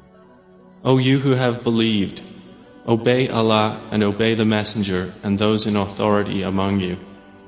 As indicated by this verse, an aspect of being steadfast is obeying anyone whose commands and advice is rooted in the sincere obedience of Allah, the Exalted, and the Holy Prophet Muhammad, peace and blessings be upon him. As people are not perfect, they will undoubtedly make mistakes and commit sins. So being steadfast in matters of faith does not mean one has to be perfect, but it means they must strive to adhere strictly to the obedience of Allah, the Exalted, as outlined earlier, and to sincerely repent if they commit a sin. This has been indicated in chapter 41 Fussilat, verse 6. So take a straight course to Him and seek His forgiveness. This is further supported by a narration found in Jamia Tirmizi, number 1987, which advises to fear Allah, the Exalted, and to erase a minor sin which has occurred by performing a righteous deed. In another narration found in Imam Malik's Muwatta, Book 2, narration number 37, the Holy Prophet Muhammad, peace and blessings be upon him, advised Muslims to try their best to remain steadfast on the obedience of Allah, the Exalted, even though they will not be able to do it perfectly. Therefore, a Muslim's duty is to fulfill the potential they have been given through their intention and physical actions in the steadfast obedience of Allah, the Exalted. They have not been commanded to achieve perfection, as this is not possible. It is important to note that one cannot remain steadfast in the obedience of Allah, the Exalted, through their physical actions without purifying their spiritual heart first, as indicated in a narration found in Sunan ibn Majah, number 3984. The limbs of the body will only act in a pure way if the spiritual heart is pure. Purity of heart is only achieved by gaining and acting on the teachings of the Holy Quran and the traditions of the Holy Prophet Muhammad, peace and blessings be upon him. Steadfast obedience requires one to control their tongue as it expresses the heart. Without controlling the tongue, steadfast obedience to Allah, the Exalted, is not possible. This has been advised in a narration found in Jamia Tirmizi, number 2407. Finally, if any deficiency in the steadfast obedience of Allah, the Exalted, occurs, one must make sincere repentance to Allah, the Exalted, and seek the forgiveness of people, if it involves their rights. Chapter 46 Al-Kahf, verse 13. Indeed, those who have said, Our Lord is Allah, and then remained on a right course, there will be no fear concerning them, nor will they grieve.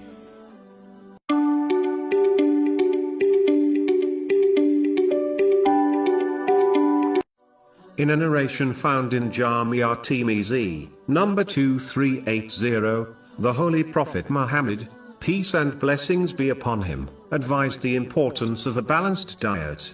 He advised that one should split their stomach into 3 parts. The first part is for food, the second part is for drink, and the last part should be left empty for breathing. This diet plan can be achieved when one stops eating before they reach their fill. This was the behavior of the Holy Prophet Muhammad, peace and blessings be upon him, and his companions, may Allah be pleased with them. If people were to act on this advice, they would be safe from both physical and mental illnesses. In fact, according to many knowledgeable people, one of the main causes of illness is indigestion.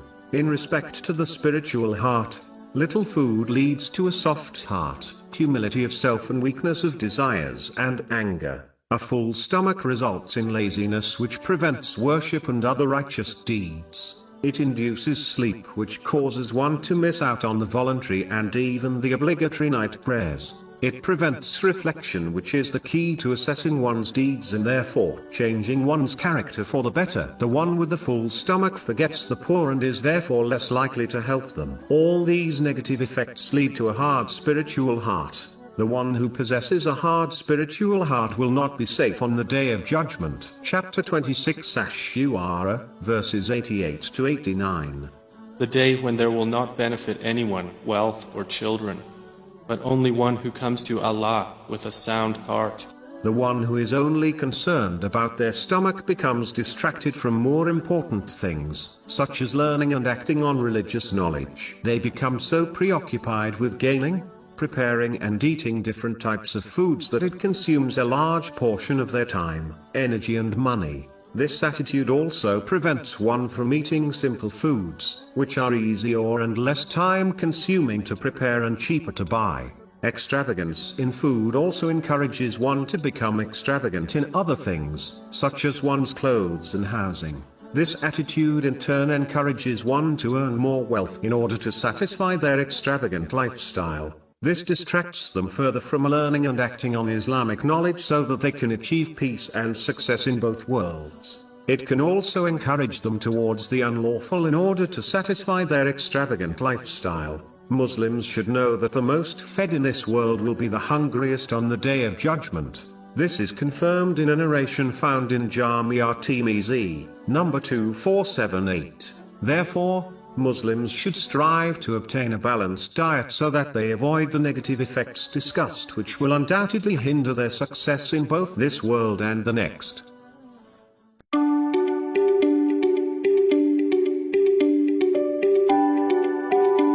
In a narration found in Sahih Muslim, number 6853, the Holy Prophet Muhammad, peace and blessings be upon him, gave some key pieces of advice. The first is that whoever relieves the distress of a Muslim, Allah, the Exalted, will relieve a hardship from them on the day of judgment. This shows that a Muslim is treated by Allah, the Exalted, in the same way they act. There are many examples of this within the teachings of Islam. For example, Chapter 2 Al-Baqarah, verse 152. So remember me, I will remember you. Another example is mentioned in a narration found in Jamia Tirmizi, number 1924. The Holy Prophet Muhammad, peace and blessings be upon him, advised that the one who shows mercy to others will receive mercy from Allah, the Exalted. A distress is anything which causes someone to fall into anxiety and difficulty. Therefore, the one who eases such a distress for another, whether worldly or religious, for the sake of Allah, the Exalted, will be protected from a hardship on Judgment Day by Allah, the Exalted. This has been indicated in different ways in many narrations. For example, the Holy Prophet Muhammad, peace and blessings be upon him, advised in a narration found in Jamia Tirmizi, number 2449, that the one who feeds a hungry Muslim will be fed the fruits of paradise on the day of judgment. And the one who gives a drink to a thirsty Muslim will be given a drink from paradise by Allah, the Exalted, on the day of judgment. As the difficulties of the hereafter are much greater than those found in the world, this reward is held back for a Muslim until they reach the hereafter. This also indicates that a Muslim should always be more concerned with the hardships of Judgment Day over the hardships of this world. One must always remember that the hardships of this world will always be temporary, less severe and less far-reaching than the hardships of the hereafter. This understanding will ensure they strive hard in the sincere obedience of Allah, the Exalted, in order to avoid the hardships of the hereafter.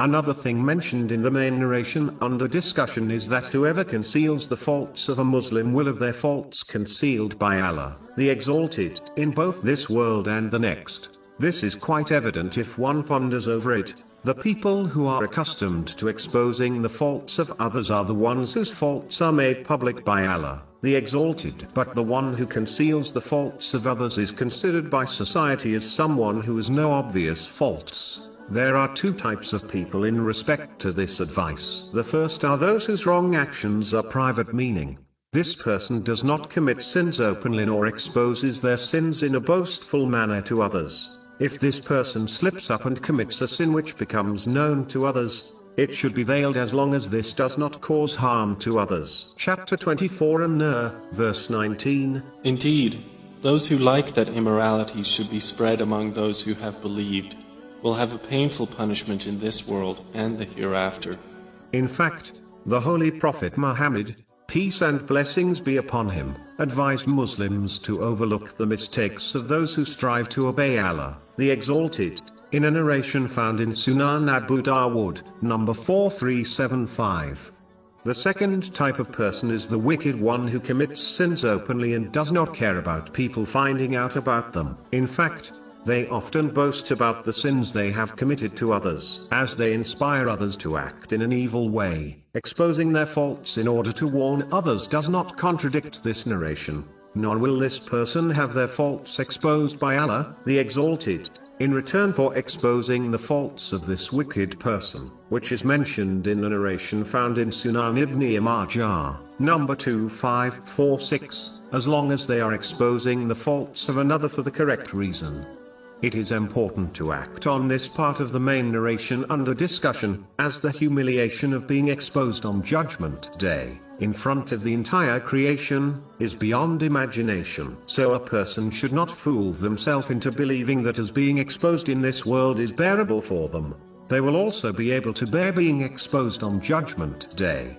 The next thing mentioned in the main narration under discussion is that Allah, the Exalted, will continue helping a Muslim as long as they are helping others. A Muslim must understand that when they strive for something or are aided by another person to complete a particular task, the outcome may be successful or end in failure. But when Allah, the Exalted, helps someone with anything, a successful outcome is guaranteed. It is important to note that this divine aid is obtained when one aids others in both religious and lawful worldly matters. In addition, a Muslim must help others for the sake of Allah, the Exalted, if they desire this reward. This means they should not expect, hope nor ask for any signs of gratitude from who they are aiding. Muslims should therefore, for their own sake, strive to help others in all good things so that they receive the help of Allah, the Exalted, in both worlds. The next thing mentioned in the main narration under discussion is that whoever follows a path seeking knowledge, Allah, the Exalted, will make the path to paradise easy for them. This indicates both a physical path someone takes seeking knowledge, such as attending lectures and classes, and a path whereby someone seeks knowledge without a physical journey. It encompasses all forms of knowledge, such as listening, reading, studying and writing about knowledge. The path to paradise has many obstacles preventing a Muslim from reaching it. Only the one who possesses knowledge of them and how to overcome them will reach paradise safely. In addition, it is easily understood that a person cannot reach a city in this world without knowledge of its location and the route which leads to it. Similarly, paradise cannot be obtained without knowing these things about it, such as the path leading to it. The knowledge mentioned includes useful worldly knowledge as well as religious knowledge, as the former often aids one to remain sincerely obedient to Allah, the Exalted. For example, the one who seeks useful worldly knowledge in order to obtain a lawful occupation will find it easier to avoid earning unlawful wealth.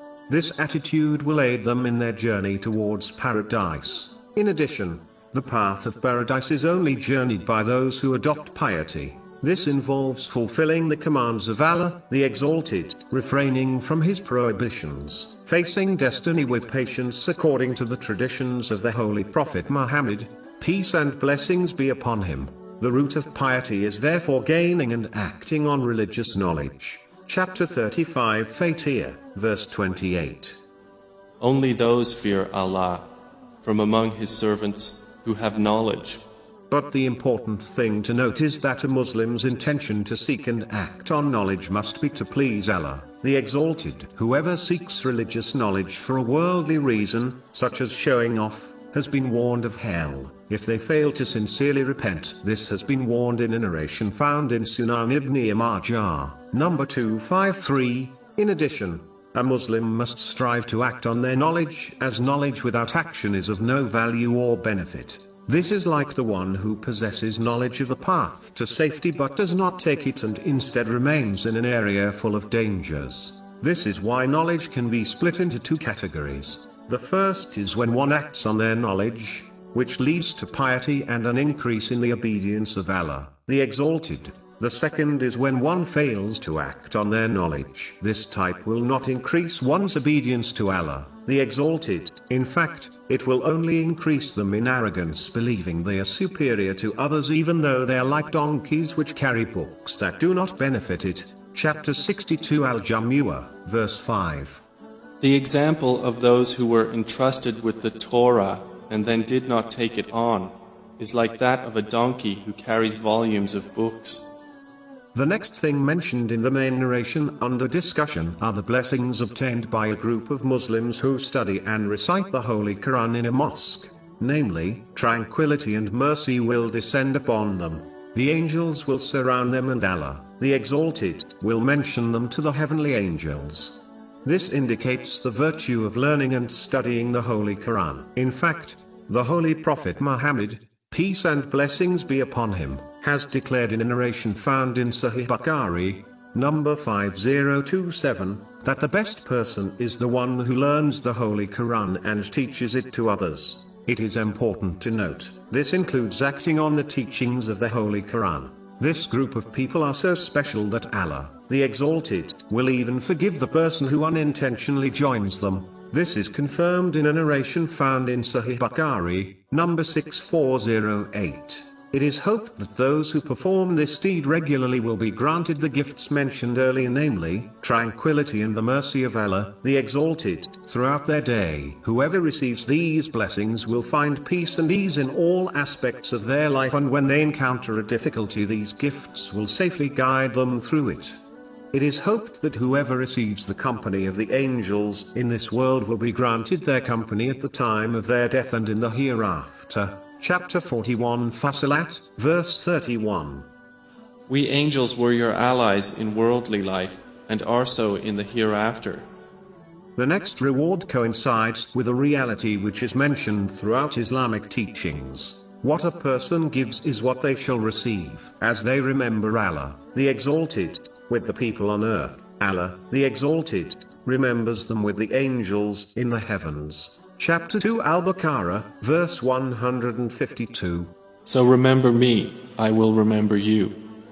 The Muslim who adopts the remembrance of Allah, the Exalted, through their speech and actions, by using the blessings they have been granted in ways pleased to Allah, the Exalted, will be granted peace and a light which guides them through every difficulty until they reach the hereafter and the proximity of Allah, the Exalted, successfully. Chapter 13 Ar-Ra'd, verse 28. Unquestionably, by the remembrance of Allah, hearts are assured. The final thing mentioned in the main narration under discussion is that one's lineage will not benefit them on Judgment Day if they lack good deeds. Allah, the Exalted, bestows mercy and ranks to people in the hereafter according to their righteous deeds. Chapter 6 Al-An'am, verse 132. And for all are degrees from what they have done. A Muslim should therefore not be fooled into believing their lineage will save them from punishment. If anything, a person who is a pious Muslim in their lineage should strive harder in the obedience of Allah, the Exalted, so that they reach their level and live up to the name and status Allah, the Exalted, granted them. The Holy Prophet Muhammad, peace and blessings be upon him, was granted the highest station in both worlds, yet he still strived so hard in worship that his feet became swollen. This is confirmed in a narration found in Sahih Muslim, number 7124. In fact, the Holy Prophet Muhammad, peace and blessings be upon him, made it clear in a narration found in Sahih Muslim, number 519, that only Allah, the Exalted, and the righteous believers are his friends and are close to him. He did not give superiority to lineage, and neither should Muslims. Islam is a religion of equality, and therefore all will be treated and judged by Allah, the Exalted, in this world and in the next according to their intention and efforts. All other things, such as gender, lineage and brotherhoods, have no value. Chapter 49 Al-Hujurat, verse 13. Indeed, the most noble of you in the sight of Allah is the most righteous of you.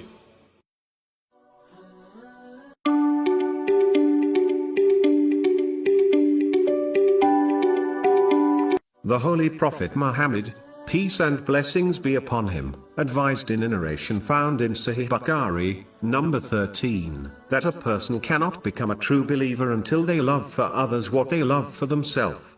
This does not mean a Muslim will lose their faith if they fail to adopt this characteristic. It means that a Muslim's faith will not be complete until they act on this advice. This narration also indicates that a Muslim will not perfect their faith until they also dislike for others what they dislike for themselves. This is supported by another narration found in Sahih Muslim, number 6586. It advises that the Muslim nation is like one body. If one part of the body is in pain, the rest of the body shares the pain.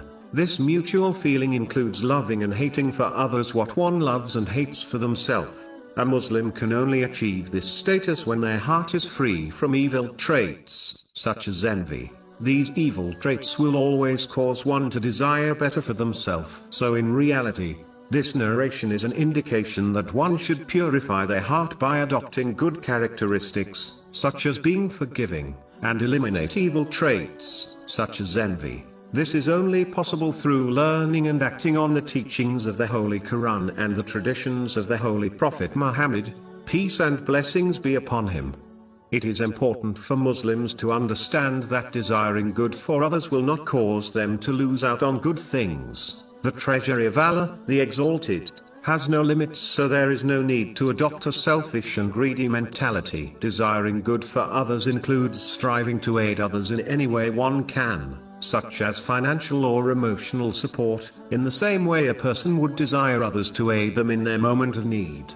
Therefore, this love must be shown through actions, not just words. Even when a Muslim forbids evil and offers advice, which contradicts the desire of others, they should do so gently, just like they would want others to advise them kindly. As mentioned earlier, the main narration under discussion indicates the importance of eliminating all bad characteristics which contradict mutual love and care, such as envy. Envy is when a person desires to possess a specific blessing which is only obtainable when it is taken away from someone else. This attitude is a direct challenge to the distribution of blessings chosen by Allah, the Exalted. This is why it is a major sin and leads to the destruction of the envier's good deeds. This has been warned in a narration found in Sunan Abu Dawood, number 4903. If a Muslim must desire the lawful things others possess, they should wish and supplicate to Allah, the Exalted, to grant them the same or similar thing without the other person losing their blessing. This type of jealousy is lawful and is praiseworthy in aspects of religion. This has been advised in a narration found in Sahih Muslim, number 1896. The Holy Prophet Muhammad, peace and blessings be upon him, advised that Muslims should only be jealous of a wealthy person who uses their wealth correctly, and be jealous of a knowledgeable person who uses their knowledge to benefit themselves and others. A Muslim should not only love for others to obtain lawful worldly blessings but also for them to gain religious blessings in both worlds. In fact, when one wishes this for others, it encourages them to strive harder in the obedience of Allah, the Exalted, by fulfilling His commands, refraining from His prohibitions, and by facing destiny with patience according to the traditions of the Holy Prophet Muhammad, peace and blessings be upon him. This type of healthy competition is welcomed in Islam. Chapter 83 Al-Mutaffifin, verse 26. So for this let the competitors compete. This encouragement will also inspire a Muslim to assess themselves in order to find and eliminate any faults in their character. When these two elements combine, meaning striving in sincere obedience to Allah, the Exalted, and purifying one's character, it leads to success in both worlds. A Muslim must therefore not only claim to love for others what they desire for themselves verbally but show it through their actions. It is hoped that the one who is concerned for others in this way will receive the concern of Allah, the Exalted, in both worlds. This has been indicated in a narration found in Jamia Tirmizi, number 1930.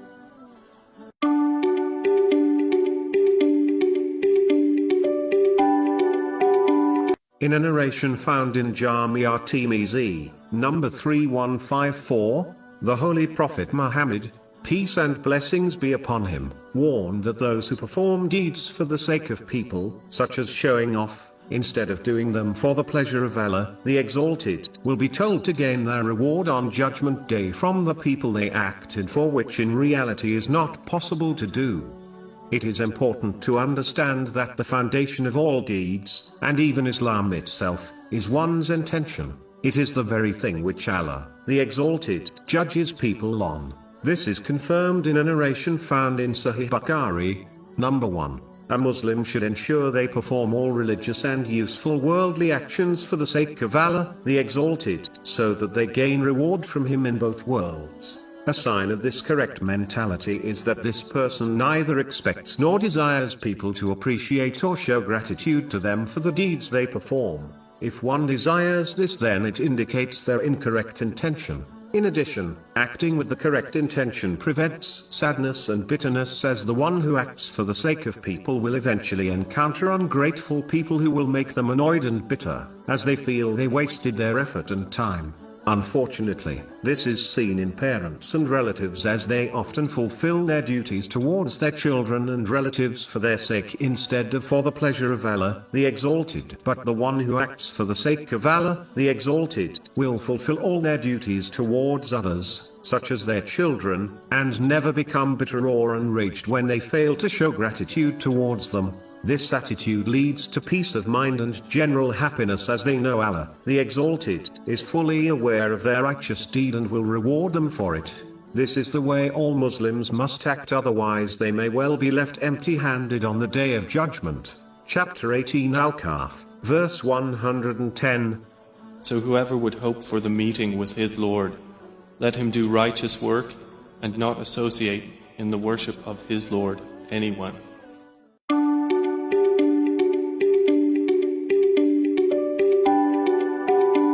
In a narration found in Sahih Muslim, number 6748, the Holy Prophet Muhammad, peace and blessings be upon him, advised that Allah, the Exalted, allocated all things, such as provision, to all creatures over 50,000 years before He created the heavens and the earth. It is important to understand that there are two aspects in respect to all situations, such as gaining one's provision. The first aspect is what Allah, the Exalted, has decided, meaning destiny. This will occur and nothing in creation can prevent this from occurring. As this is out of a person's hands, it makes no sense to stress over this aspect, as they have no influence on destiny irrespective of what they or anybody else does. In addition, this provision includes the minimum a person needs to survive in this world, meaning, as long as they are alive, a person will continue to receive their provision and nothing can stop them from receiving and utilizing it, not even themselves. The second aspect is one's own efforts. This aspect a person has full control over, and they should therefore concentrate on this aspect by using the means they have been provided, such as their physical strength to obey Allah, the Exalted, by fulfilling His commands, refraining from His prohibitions, and by facing destiny with patience, which they have no control over, according to the traditions of the Holy Prophet Muhammad, peace and blessings be upon him. This includes striving to gain lawful provision in order to fulfill their needs and the needs of their dependents, while avoiding the unlawful, excess, waste and extravagance. To conclude, a Muslim should never waste time stressing over things they have no control or influence over. Instead, they should use the means they possess and act on those things which they have control over according to the teachings of Islam. A Muslim must avoid adopting an extreme mentality by either adopting laziness and relying on destiny to deliver their provision to them, nor should they rely completely on their own efforts. The balance is to strive to earn lawful wealth according to the teachings of Islam and rely on the guarantee of Allah, the Exalted, as this reliance will prevent impatience and seeking wealth through unlawful means. This is what Allah, the Exalted, has commanded.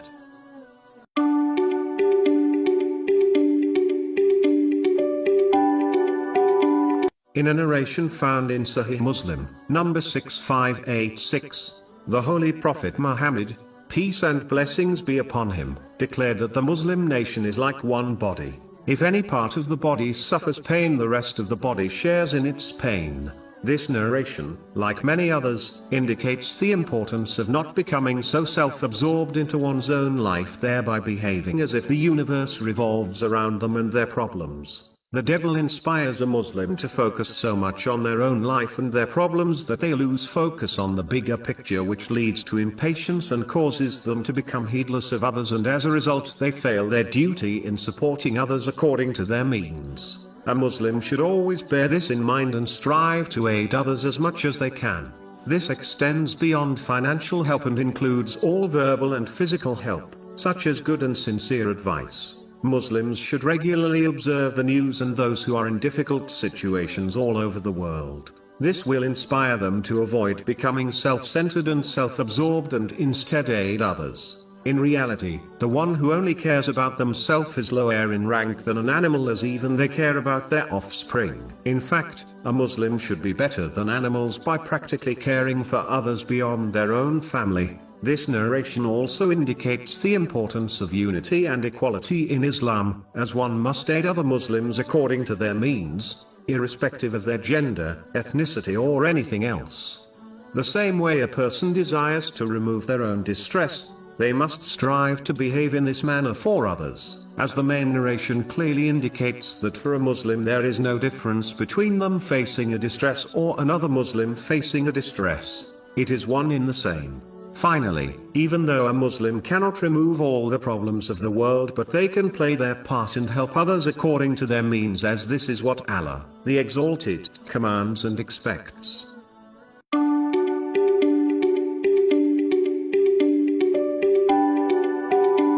In a narration found in Jamia Tirmizi, number 2674, the Holy Prophet Muhammad, peace and blessings be upon him, advised that the one who guides others to something good will receive the same reward as those who act on their advice, and those who guide others to sins will be held accountable as if they committed the sins. It is important for Muslims to be careful when advising and guiding others. A Muslim should only advise others in matters of good so that they gain reward from it, and avoid advising others to disobey Allah, the Exalted. A person will not escape punishment on Judgment Day by simply claiming they were only inviting others towards sins, even if they did not commit the sins themselves. Allah, the Exalted, will hold both the guide and the follower accountable for their actions. Muslims should therefore only advise others to do the things they would do themselves. If they dislike an action being recorded in their book of deeds, they should not advise others to perform that action. Because of this Islamic principle, Muslims should ensure they gain the adequate knowledge before advising others, as they can easily multiply their own sins if they incorrectly advise others. In addition, this principle is an extremely easy way for Muslims to gain reward for actions they cannot perform themselves due to a lack of means, such as wealth. For example, a person who is not financially able to donate charity can encourage others to do so, and this will result in them gaining the same reward as the one who gave charity.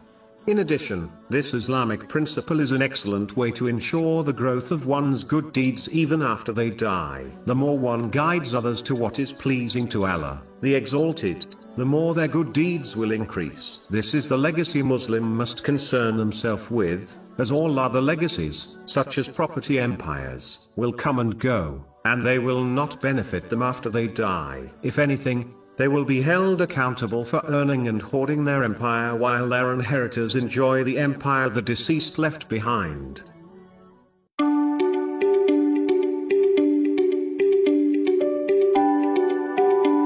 In a narration found in Sahih Muslim, number 2336, the Holy Prophet Muhammad, peace and blessings be upon him, advised that every day 2 angels supplicate to Allah, the Exalted. The first asks Allah, the Exalted, to compensate the one who spends for his sake. The second asks Allah, the Exalted, to destroy the one who withholds. The aim of this narration is to encourage one to become generous and avoid being stingy. It is important to note that spending for the sake of Allah, the Exalted, does not only involve the obligatory charity but also includes spending on one's own necessities and the necessities of their dependents, without waste and extravagance, as this has been commanded by Islam. Anyone who fails to spend on these elements deserves for their wealth to be destroyed, as they have failed to fulfill its purpose, which in reality makes wealth useless. It is important to note, spending for the sake of Allah, the Exalted, never leads to an overall loss, as a person is compensated one way or another. In fact, the Holy Prophet Muhammad, peace and blessings be upon him, has guaranteed that charity does not decrease one's wealth in a narration found in Jamia Tirmizi, number 2029, chapter 34 Saba, verse 39. But whatever thing you spend in his cause, he will compensate it. A Muslim should remember a generous person is close to Allah, the Exalted, close to paradise, close to people and far from hell, whereas the stingy person is far from Allah, the Exalted, far from paradise, far from people and close to hell. This has been confirmed in a narration found in Jamia Tirmizi, number 1961. Finally, it is important to note that this narration applies to all blessings one possesses, such as their good health, not just wealth. So if one fails to dedicate and use their blessings in the correct way, as commanded by Allah, the Exalted, the supplication of the angel will go against them. The destruction mentioned in the main narration does not necessarily refer to losing the blessing but includes the worldly blessing becoming a source of stress and difficulty for them in both worlds. This can be easily observed in those who fail to use their blessings correctly, such as their wealth. The very wealth they obtain and hoard hoping it will become a source of peace for them becomes the source of their stress and anxiety. Therefore, it is vital for Muslims to correctly use each blessing according to the teachings of Islam so that they receive more in both worlds, which in reality is true gratitude. Otherwise, they may well lose the blessing forever. Chapter 14 Ibrahim, verse 7. And remember when your Lord proclaimed, "If you are grateful, I will surely increase you in favor."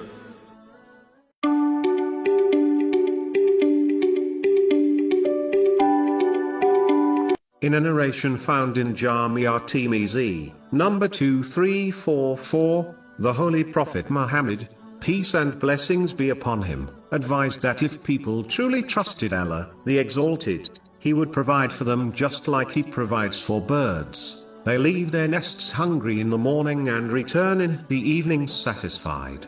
Truly trusting in Allah, the Exalted, is something which is felt in the heart but is proven through the limbs, meaning, when one sincerely obeys Allah, the Exalted, by fulfilling His commands, refraining from His prohibitions and by facing destiny with patience according to the traditions of the Holy Prophet Muhammad, peace and blessings be upon him. Chapter 65 At-Talaq, verse 3. And whoever relies upon Allah, then He is sufficient for him. The aspect of trust which is internal involves firmly believing that only Allah, the Exalted, can provide one with beneficial things and protect them from harmful things both in worldly and religious matters. A Muslim understands that the source of giving, withholding, harming or benefiting is none other than Allah, the Exalted. A Muslim truly believes that everything that occurs within their life, which Allah, the Exalted, alone decides, is best for everyone involved, even if this is not obvious to them and others. Chapter 2 Al-Baqarah, verse 216. But perhaps you hate a thing and it is good for you, and perhaps you love a thing and it is bad for you. And Allah knows, while you know not. It is important to note that truly trusting in Allah, the Exalted, does not mean one should abandon using the means which Allah, the Exalted, has provided, such as medicine. As the main narration under discussion clearly mentions that the birds leave their nests actively searching for provision. When one uses the strength and means provided by Allah, the Exalted, according to the teachings of Islam, they are undoubtedly obeying and relying on Him. This is in fact, the outward element of trusting in Allah, the Exalted. This has been made clear in many verses and narrations. Chapter 4 An-Nisa, verse 71. O you who have believed, take your precaution. In reality, the outward activity is a tradition of the Holy Prophet Muhammad, peace and blessings be upon him, and trusting Allah, the Exalted, inwardly is the inward state of the Holy Prophet Muhammad, peace and blessings be upon him. One should not abandon the outward tradition even if they possess the inward state of trust. Actions and using the means provided by Allah, the Exalted, is an aspect of trusting Him. In this respect, actions can be split into three categories. The first are those actions of obedience which Allah, the Exalted, commands Muslims to do so that they can obtain peace and success in both worlds. Abandoning these actions while claiming trust that Allah, the Exalted, will grant one peace and success is simply wishful thinking and has no value in Islam. The second type of actions are those means which Allah, the Exalted, has created in this world in order for people to live in it safely, such as eating when hungry, drinking when thirsty and wearing warm clothes in cold weather. A person who abandons these and causes harm to themselves is blameworthy. However, there are some people who have been provided special strength by Allah, the Exalted, so that they can avoid these means without harming themselves. For example, the Holy Prophet Muhammad, peace and blessings be upon him, used to fast for days on end uninterrupted but forbade others from doing the same, as Allah, the Exalted, provided for him directly without the need for food. This is confirmed in a narration found in Sahih Bukhari, number 1922. The Holy Prophet Muhammad, peace and blessings be upon him, prayed for the forthrightly guided Caliph Ali bin Abu Talib. May Allah be pleased with him, so that he would not feel excess cold or heat. This is confirmed in a narration found in Sunan ibn Majah, number 117. Therefore, if a person turns away from these means but is provided with the strength to endure without failing in their duties to Allah, the Exalted, and people, then it is acceptable, otherwise it is blameworthy. The third type of actions in respect to trusting in Allah, the Exalted, are those things which have been set as a customary practice which Allah, the Exalted, sometimes breaks for certain people. An example of this are the people who become cured of illnesses without the need of medicine. This is quite common, especially in poorer countries where medicine is difficult to obtain.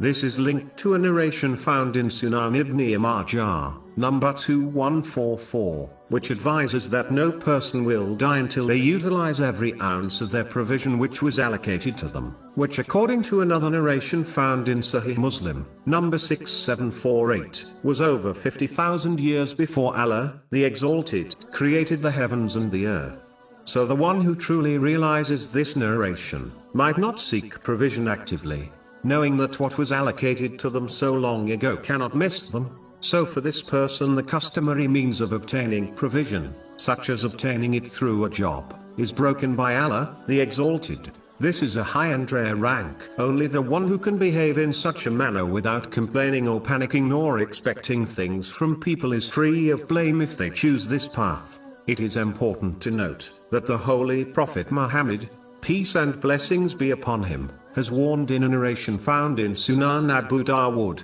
number 1692, that it is a sin for a person to fail in providing for their dependents, even though they may be on this high rank. Though it is important to note that using the means one has been granted, according to the teachings of Islam, is far better than abandoning them, as nothing is superior to the way of the Holy Prophet Muhammad, peace and blessings be upon him. Chapter 3 Ali Imran, verse 31. Say, O Muhammad, if you should love Allah, then follow me. So Allah will love you and forgive you your sins. And Allah is forgiving and merciful.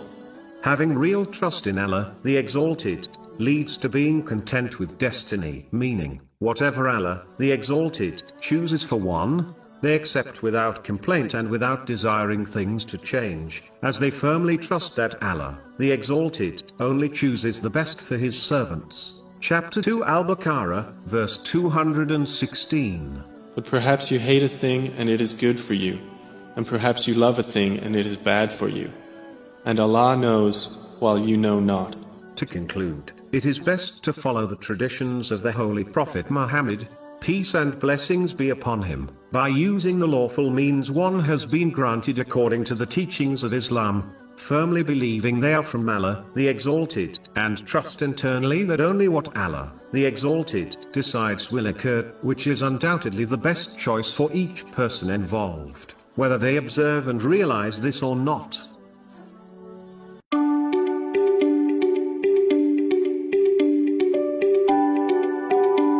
In a narration found in Sahih Bukhari, number 6444, the Holy Prophet Muhammad, peace and blessings be upon him, warned that the rich in this world will be poor in the hereafter unless they spend their blessings correctly, but these people are a few in number. This means that the majority of wealthy people incorrectly spend their wealth, meaning, on things which are either vain and therefore provide them with no benefit in the hereafter and no real benefit in this world, or they spend on sinful things which will become a burden for them in both worlds, or they spend on lawful things in a way disliked by Islam, such as being wasteful or extravagant. Because of these reasons the rich will become poor on Judgment Day, as they did not use their blessings, such as their wealth, in ways pleasing to Allah, the Exalted. This poverty will lead to a difficult accountability, stress, regrets and even punishment. In addition, those who hoard their wealth will find that their wealth abandons them at their grave, and so they will reach the hereafter empty-handed, meaning, as a pauper. This has been warned in a narration found in Jami' at-Tirmizi, number 2379. The deceased will leave the wealth behind for others to enjoy while they are held accountable for earning and hoarding it. Finally, as the wealthy are distracted by gaining, hoarding, safeguarding and increasing their wealth, it distracts them from performing righteous deeds, which is the thing that will make someone rich on Judgment Day. In reality, losing out on this will make them poor. It is important to note, spending wealth correctly is not only donating charity but includes one's spending on their necessities and the necessities of their dependents without being wasteful or extravagant. The truly rich person is the one who uses their blessings, such as their wealth, correctly as prescribed by Islam. This person will be rich in this world and in the next. Chapter 16 An-Nahl, verse 97. Whoever does righteousness, whether male or female, while he is a believer, we will surely cause him to live a good life, and we will surely give them their reward in the hereafter, according to the best of what they used to do. In reality, this person takes their blessings with them to the hereafter. This attitude also provides them with free time, which allows them to perform righteous deeds, which in turn only increases their richness in the hereafter. Finally, the one who uses the blessings they have been granted in ways pleasing to Allah, the Exalted, has demonstrated gratitude to Him. This will lead to an increase in blessings for them in both worlds. This is the correct definition of richness. Chapter 14 Ibrahim, verse 7. And remember when your Lord proclaimed, "If you are grateful, I will surely increase you in favor."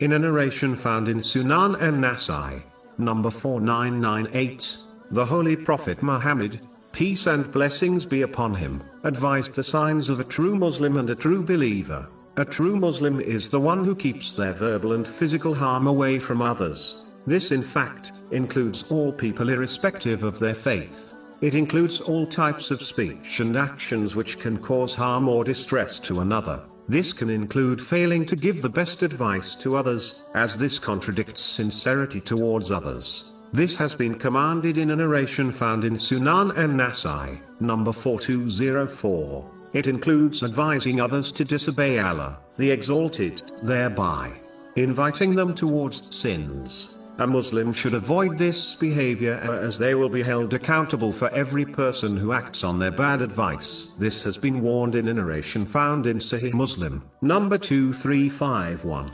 This also includes not getting involved in other people's business, as this often leads to harming others. A Muslim must speak in a positive way in respect to others in their presence and absence, just like they desire other people to talk positively about them. Physical harm includes causing problems for other people's livelihood, committing fraud, conning others, and physical abuse. All of these characteristics contradict Islamic teachings and must be avoided.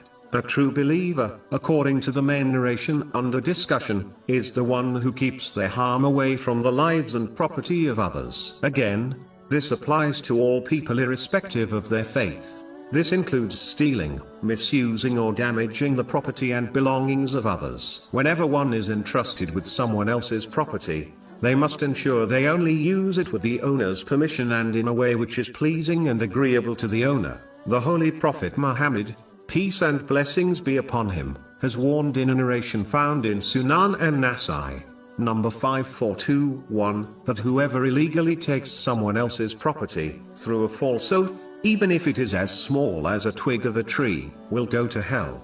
To conclude, a Muslim must support their verbal declaration of belief with actions, as they are the physical proof of one's belief which is needed to obtain success in both worlds. In addition, a Muslim should fulfill the characteristics of true belief in respect to Allah, the Exalted, and people. An excellent way of achieving this in respect to people is to simply treat others how they wish to be treated by people, which is with respect and peace.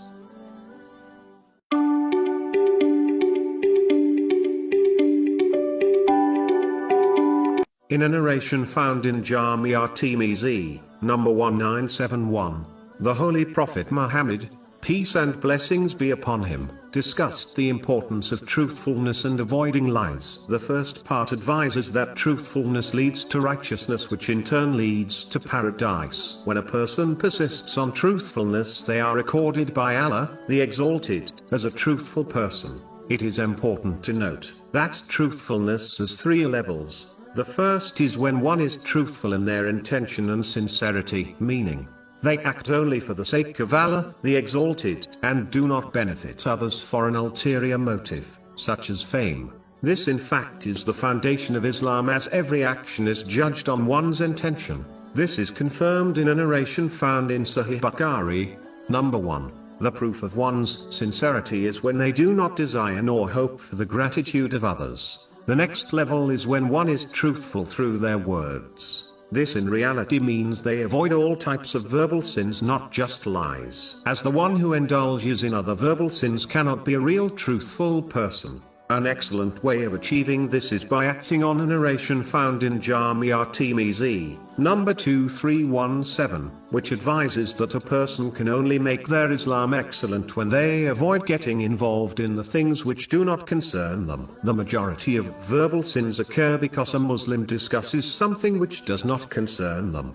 This also includes avoiding vain speech, as it often leads to sinful speech and is a waste of one's precious time, which will be a regret for them on Judgment Day. One can adopt this level of truthfulness by simply saying something good or remaining silent. The final stage is truthfulness in actions. This is achieved through the sincere obedience of Allah, the Exalted, by fulfilling His commands, refraining from His prohibitions, and being patient with destiny according to the traditions of the Holy Prophet Muhammad, peace and blessings be upon him, without cherry-picking or misinterpreting the teachings of Islam which suit one's desires. They must adhere to the hierarchy and priority order set by Allah, the Exalted, in all actions. The one who behaves in this manner will use every blessing they have been granted in ways pleasing to Allah, the Exalted.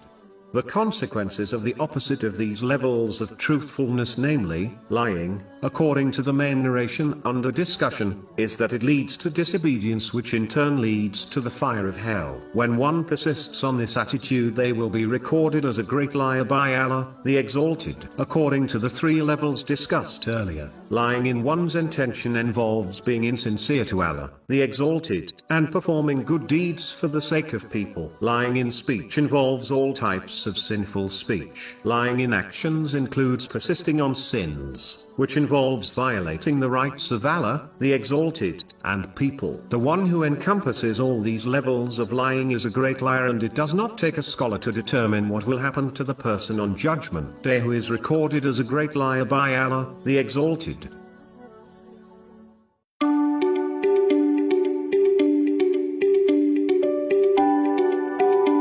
In a narration found in Jamia Tirmizi, number 2003, the Holy Prophet Muhammad, peace and blessings be upon him, advised that the heaviest thing in the scales of Judgment Day will be good character. This includes showing good character towards Allah, the Exalted, by fulfilling His commands, refraining from His prohibitions, and by facing destiny with patience according to the traditions of the Holy Prophet Muhammad, peace and blessings be upon him. This will cause one to use the blessings they have been granted in ways pleasing to Allah, the Exalted. The essence of this is learning and acting on Islamic knowledge. The main narration also includes showing good character towards people. Unfortunately, many Muslims strive to fulfill the obligatory duties in respect to Allah, the Exalted, but neglect the second aspect by mistreating others. They fail to understand its importance. A narration found in Jamia Tirmizi, number 2515, clearly advises that a person will not be a true believer until they love for others what they love for themselves, meaning, the same way a person desires to be treated kindly by people, they must also treat others with good character. In addition, a person cannot be a true believer and Muslim until they keep their verbal and physical harm away from others and their possessions irrespective of their faith. This has been confirmed in a narration found in Sunan an-Nasai, number 4998. The Holy Prophet Muhammad, peace and blessings be upon him, once warned in a narration found in Sahih Bukhari, number 3318, that a woman will enter hell because she mistreated a cat which led to its death. And another narration found in Sunan Abu Dawud, number 2550, advises that a man was forgiven because he fed a thirsty dog. If this is the outcome of showing good character and the consequences of showing evil character to animals, can one imagine the importance of showing good character towards Allah, the Exalted, and people? In fact, the main narration under discussion concludes by advising that the one who possesses good character will be rewarded like the Muslim who persistently worships Allah, the Exalted, and regularly fasts. Finally, according to the main narration, if good character will be the heaviest thing in the scales of Judgment Day in favor of a person, then this means that the heaviest thing in the scales of Judgment Day against a person will be bad character. Bad character towards Allah, the Exalted, by failing to sincerely obey Him, and towards the creation, by failing to treat them how one desires to be treated by others.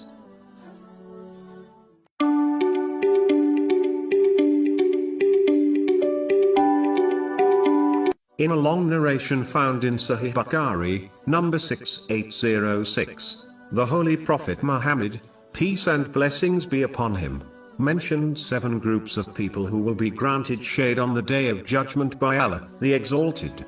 This shade will protect them from the horrors of the Day of Judgment, which includes the unbearable heat caused by the sun being brought within 2 miles of the creation. This has been warned in a narration found in Jamia Tirmizi, number 2421. The first person who will be granted shade is the just ruler. This in fact includes every Muslim who strives to fulfill their duties as a ruler and shepherd over their dependents, such as their children. This is the one who strives to fulfill all the duties towards Allah, the Exalted, and people, especially to those under their care. It includes those Muslims who have no dependents, as each person is a ruler over their own body and worldly blessings they have been granted by Allah, the Exalted, such as wealth. So when one rules over their body by using each organ and limb according to the teachings of Islam and utilizes each blessing they possess in a way pleasing to Allah, the Exalted, then they too are counted as a just ruler. The one who acts justly always aims to please Allah, the Exalted, even if it leads to the displeasure of people and therein a devil. In reality, the just Muslim is the one who strives in the obedience of Allah, the Exalted, by fulfilling His commands, refraining from his prohibitions and by facing destiny with patience while fulfilling the rights of Allah, the Exalted, their own rights and the rights of people. The next person who will be granted shade by Allah, the Exalted, on Judgment Day is a young person who was raised in the worship of Allah, the Exalted. This is a great deed as one's desire for worldly things and possessing the mental and physical strength to obtain them is greatest during one's youth. For example, it is common to observe the elderly regularly attending a mosque but rare to observe a young person. So if they put their desires aside and strive in fulfilling the commands of Allah, the Exalted, first, then their reward will be great. It is important to note, this narration does not refer to a young person who is constantly worshipping Allah, the Exalted. It refers to the one who fulfills their duties towards Allah, the Exalted, such as the obligatory prayers according to the traditions of the Holy Prophet Muhammad, peace and blessings be upon him, and their duties towards people.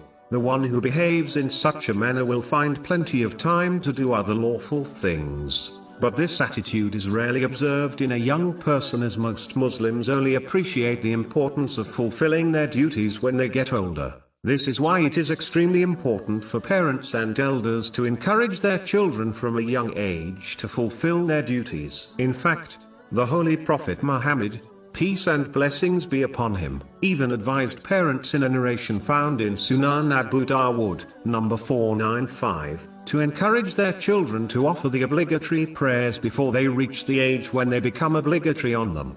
This preparation ensures they will fulfill their duties when they become binding on them.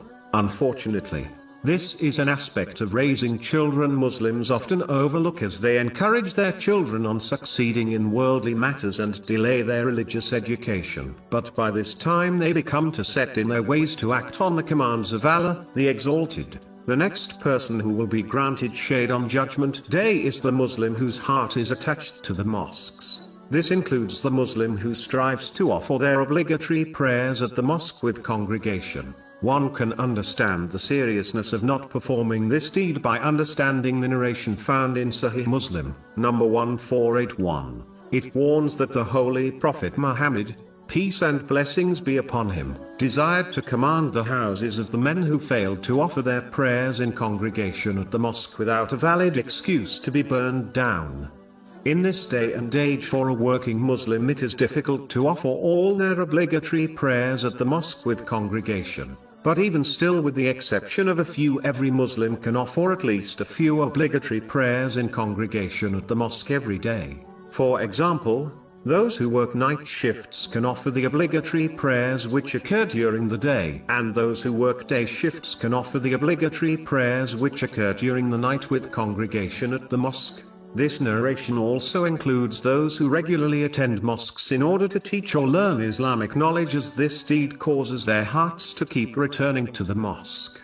The next person who will be granted shade on Judgment Day are those who love other people for the sake of Allah, the Exalted. This means they interact, advise and help others only for the sake of Allah, the Exalted. They prove their love through actions, not just through their words. They never demand nor expect anything in return for what they do from people and only hope in reward from Allah, the Exalted. This sincerity is the foundation of Islam, as each Muslim will be judged according to their intention, not just their deeds. This is confirmed in a narration found in Sahih Bukhari, number 1.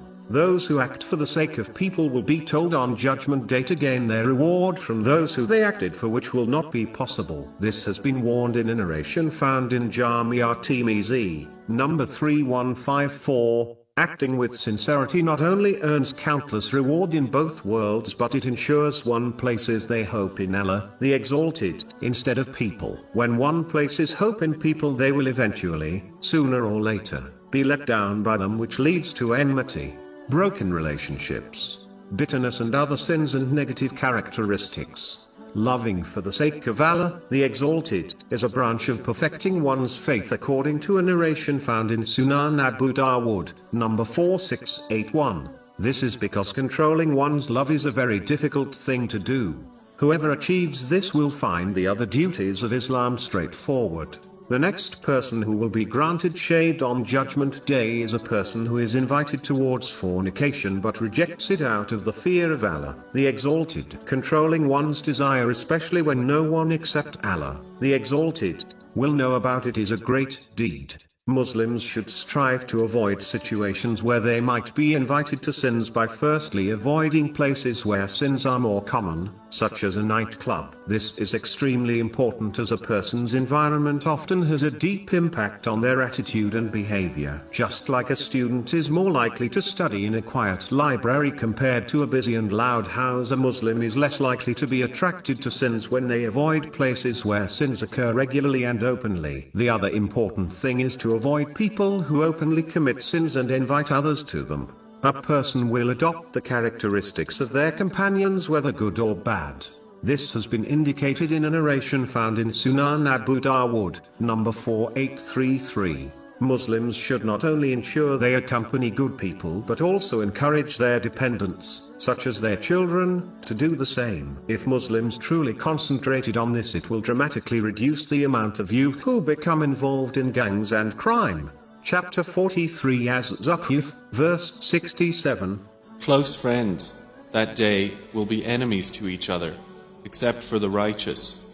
The next person who will be granted shade on Judgment Day is the person who donates secret charity. Even though donating charity publicly can invite and encourage others to do the same, which increases one's reward depending on how many people follow their behavior, which is confirmed in a narration found in Sahih Muslim, number 2351. Yet, donating charity in secret avoids the dangerous sin of showing off, which destroys one's deed. When a Muslim donates in secret, it indicates their sincerity to only please Allah, the Exalted. It is important to note, this narration did not set a limit of how much charity must be donated. So a Muslim has no excuse if they fail to act on this advice, as Allah, the Exalted, observes the quality of a deed, meaning a person's sincerity, not quantity. This has been confirmed in a narration found in Sahih Bukhari, number 1. In addition, charity in Islam is not only restricted to donating wealth. In fact,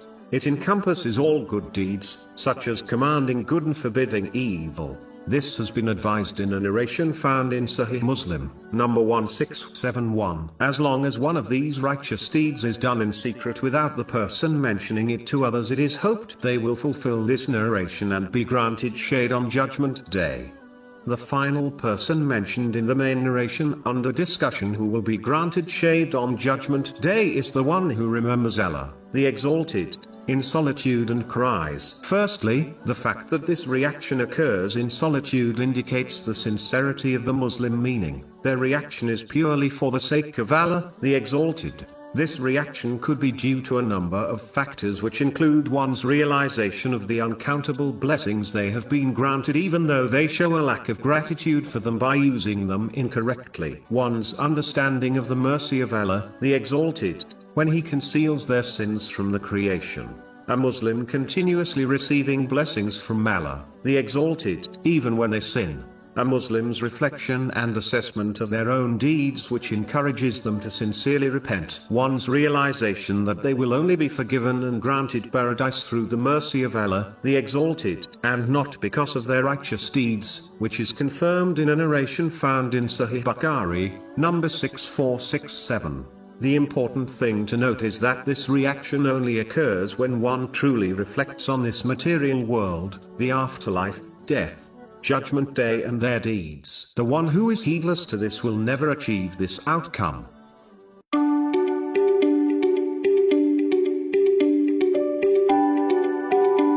In a narration found in Jamia Tirmizi, number 2377, the Holy Prophet Muhammad, peace and blessings be upon him, declared that he was not concerned over the excess of this material world, and his example in this world is of a rider who takes a short rest under the shade of a tree and then leaves it behind by moving on.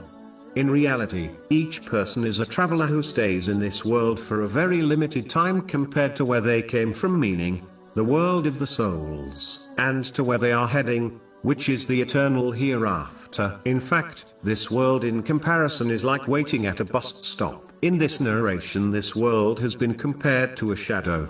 This is because a shadow does not last long and fades away quickly without people even taking notice, which is exactly how a person's days and nights pass away. The Holy Prophet Muhammad, peace and blessings be upon him, did not mention a traveler's inn or a hotel, as these are solid structures which indicate permanence. A fading shadow better describes this material world. This is because no matter how old a person is, they always admit that their life flashed by and felt like a moment. Chapter 79 and 8 Siyat, verse 46.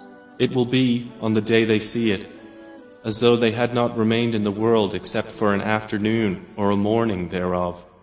The Holy Prophet Muhammad, peace and blessings be upon him, indicated a rider, not someone walking, as the one who is walking would rest more under the shade of the tree than a rider. This further indicates the limited time people spend in this world. Taking a rest in the shade indicates the importance of one correctly using the material world in order to obtain the provisions they need, just like the rider takes the provision they need, namely, rest.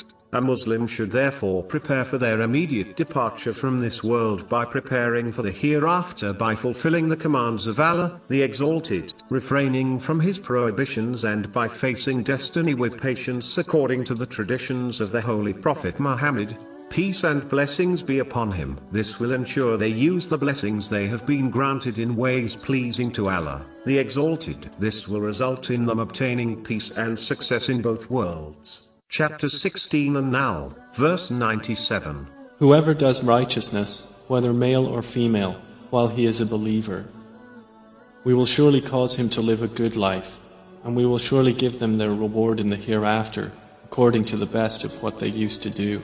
As mentioned in the main narration, just like the Holy Prophet Muhammad, peace and blessings be upon him, was not concerned about the unnecessary aspects of this world, a Muslim must also adopt this attitude, as the more one dedicates their energy and time to gaining and enjoying the unnecessary things of this world, the less time and energy they will have to use their blessings in ways pleasing to Allah, the Exalted. This distraction will lead to nothing but stress and difficulties in both worlds. Chapter 20 Taha, verse 124.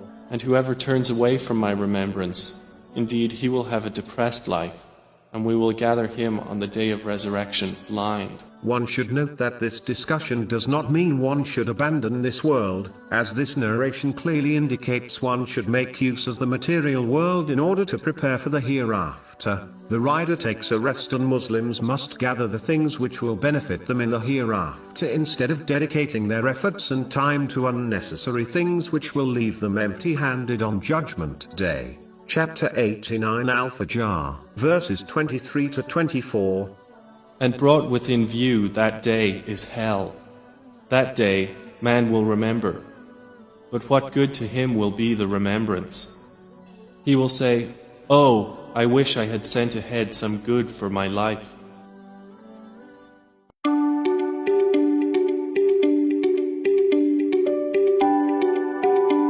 In a narration found in Jamia Tirmizi, number 2501, the Holy Prophet Muhammad, peace and blessings be upon him, declared that whoever is silent is saved. This means the one who is silent from vain or evil speech and only speaks good words will be saved by Allah, the Exalted, in both worlds. This is important to understand, as the main reason people will enter hell is because of their speech. This has been warned in a narration found in Jamia Tirmizi, number 2616. In fact, it only takes a single evil word to cause a person to plunge into hell on Judgment Day. This has been confirmed in a narration found in Jamia Tirmizi, number 2314. Speech can be of three types. The first is evil speech, which should be avoided at all costs. The second is vain speech, which only causes one to waste time, which in turn will lead to a great regret on Judgment Day. In addition, the first step of sinful speech is often vain speech, so it is safer to avoid this type of speech. The final type is good speech, which should always be adopted based on these aspects. 2/3 of speech should be removed from one's life.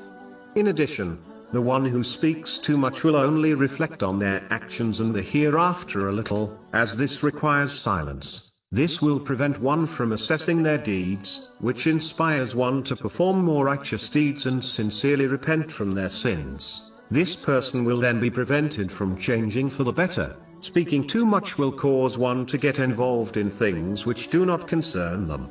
This always leads to trouble for oneself and others, such as fractured and broken relationships. In addition, the one who fails to avoid the things which do not concern them will not make their Islam excellent. This has been warned in a narration found in Jamia Tirmizi, number 2317. Salvation lies in striving to make one's faith excellent. Speaking too much also leads to regular arguments and disagreements, which only causes stress for the speaker and others. Whereas, avoiding vain and evil speech will prevent this, thereby ensuring the person obtains peace. Finally, those who speak too much often discuss things which are entertaining and fun. This will cause them to adopt a mentality whereby they dislike discussing or listening to serious issues, such as death and the hereafter. This will prevent them from preparing adequately for the hereafter, which will lead to a great regret and a potential punishment. All of this can be avoided if one simply remains silent from sinful and vain speech and instead only speaks good words. Therefore, the one who is silent in this way will be saved from trouble in this world and from punishment in the next world.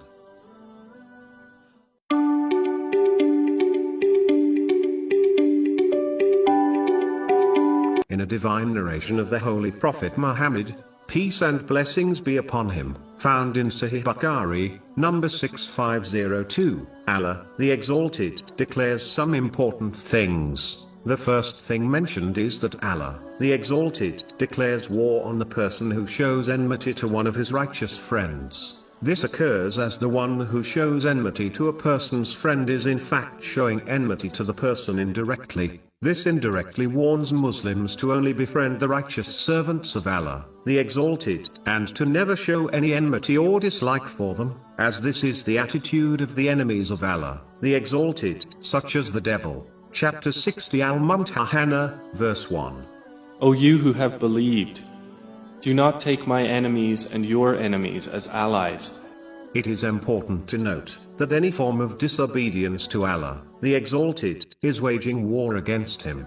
Therefore, a Muslim should avoid all forms of disobedience, including disliking those who strive in obeying him, as this only invites the anger of Allah, the Exalted. For example, the Holy Prophet Muhammad, peace and blessings be upon him, warned in a narration found in Jamia Tirmizi, number 3862, that a person should never insult his companions, may Allah be pleased with them, as insulting them is like insulting the Holy Prophet Muhammad, peace and blessings be upon him, and whoever harms him, has insulted Allah, the Exalted, and this sinful person will soon be punished, unless they sincerely repent. In addition, as righteousness, which is based on one's intention, is hidden from people, Muslims must avoid disliking other Muslims, as they do not know who is a righteous friend of Allah, the Exalted. So this part of the main narration encourages one to show good manners to all Muslims, by treating them in a way one wishes to be treated by people.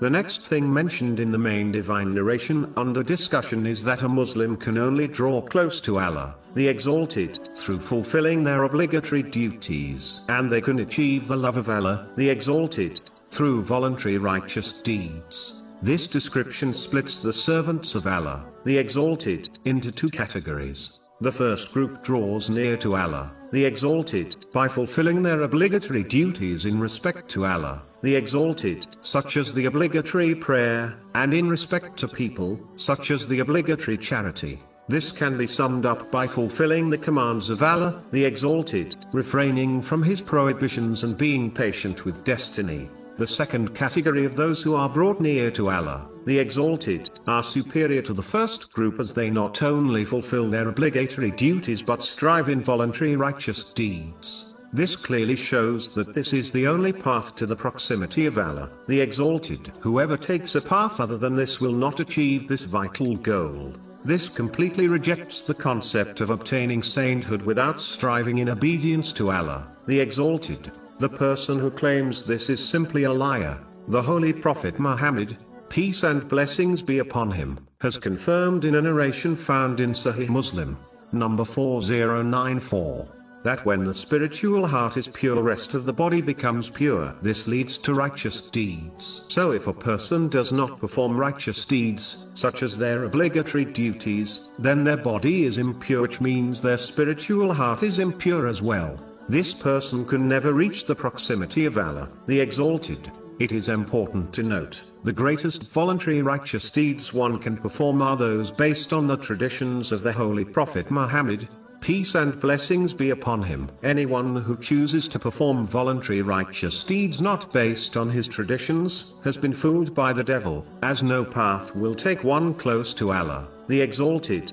except the path and actions of the Holy Prophet Muhammad, peace and blessings be upon him. Chapter 3 Ali Imran, verse 31.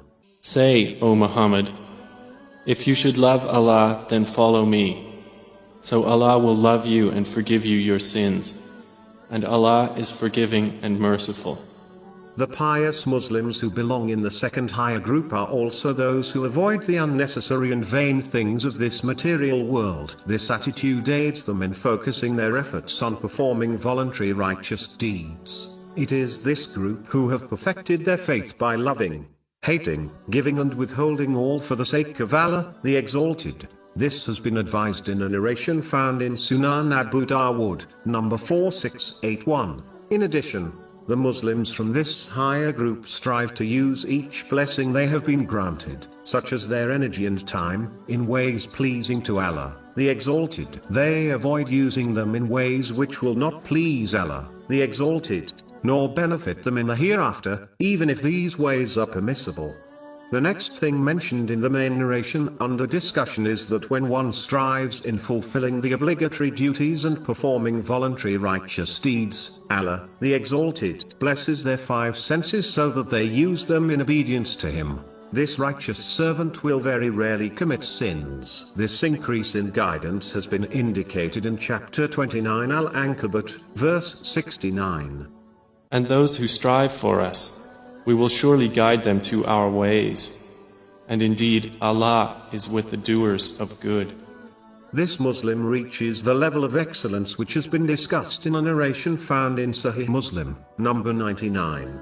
This is when a Muslim performs actions, such as the prayer, as if they observe Allah, the Exalted. The one who reaches this level will guard their mind and body from sins. This is the one who, when they speak for Allah, the Exalted. When they are silent for Allah, the Exalted. When they act for Him, and when they are still, they are for His sake. This is an aspect of monotheism and understanding the oneness of Allah, the Exalted. It is important to note that this empowerment includes dealing with difficulties with patience and times of ease with gratitude, which involves using the blessings one has been granted in ways pleasing to Allah, the Exalted. This empowerment also includes obtaining peace of mind, as the mental state of the one who is empowered will not be easily shaken nor broken down by the different situations one can face in this world. The next thing mentioned in the main narration under discussion is that this Muslim's supplication will be fulfilled and they will be granted the refuge and protection of Allah, the Exalted.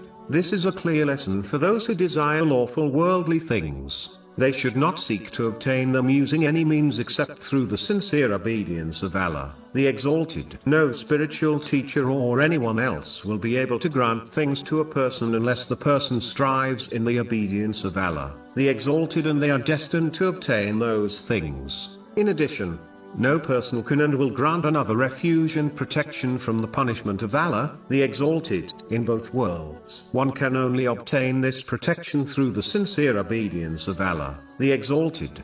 This eliminates the wishful thinking of some who believe they can persist in the disobedience of Allah, the Exalted, and still obtain protection from His punishment, especially in the hereafter, through the intercession of someone else. Even though the intercession of the Holy Prophet Muhammad, peace and blessings be upon him, on Judgment Day is a fact, nonetheless behaving in this mocking manner may cause one to lose it. To conclude, this narration makes it clear that the proximity of Allah, the Exalted, is only gained through his sincere obedience. in the form of fulfilling his commands, refraining from his prohibitions and being patient with destiny according to the traditions of the Holy Prophet Muhammad, peace and blessings be upon him. All other prescribed methods are false and nothing but wishful thinking, which has no value or weight in Islam.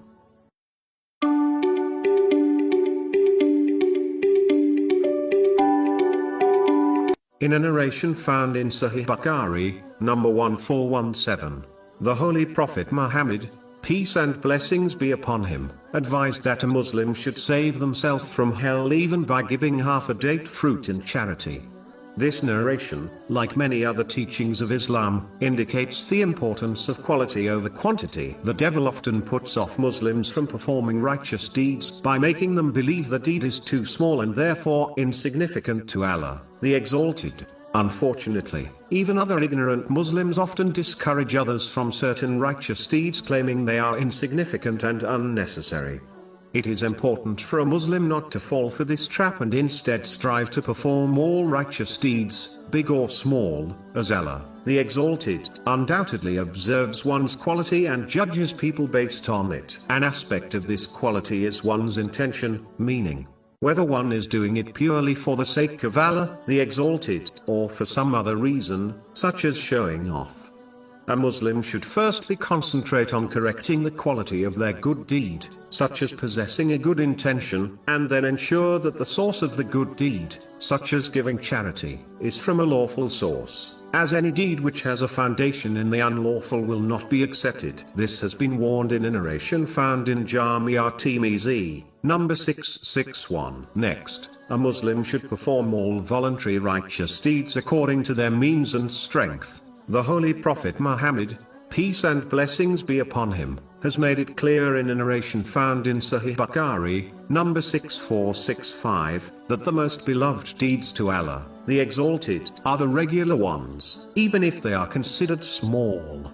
In addition, regularly performing good deeds is more likely to change a Muslim for the better compared to doing a big deed once in a blue moon. In respect to voluntary charity, a Muslim should donate regularly according to their means, even if it is a single pound, and firmly believe Allah, the Exalted, will turn this into a mountain of reward on Judgment Day. This in fact, has been promised in a narration found in Jami' at-Tirmidhi, number 662. To conclude, a Muslim should concentrate on quality over quantity and perform all types of good deeds regularly according to their means and strength.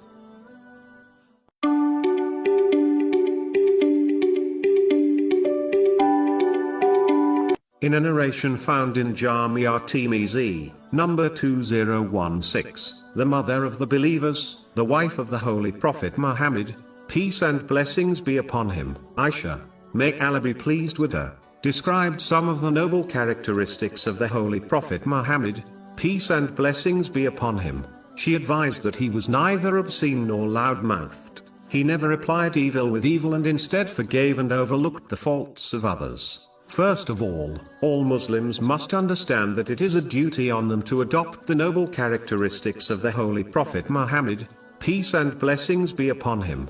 Chapter 3 Ali Imran, verse 31.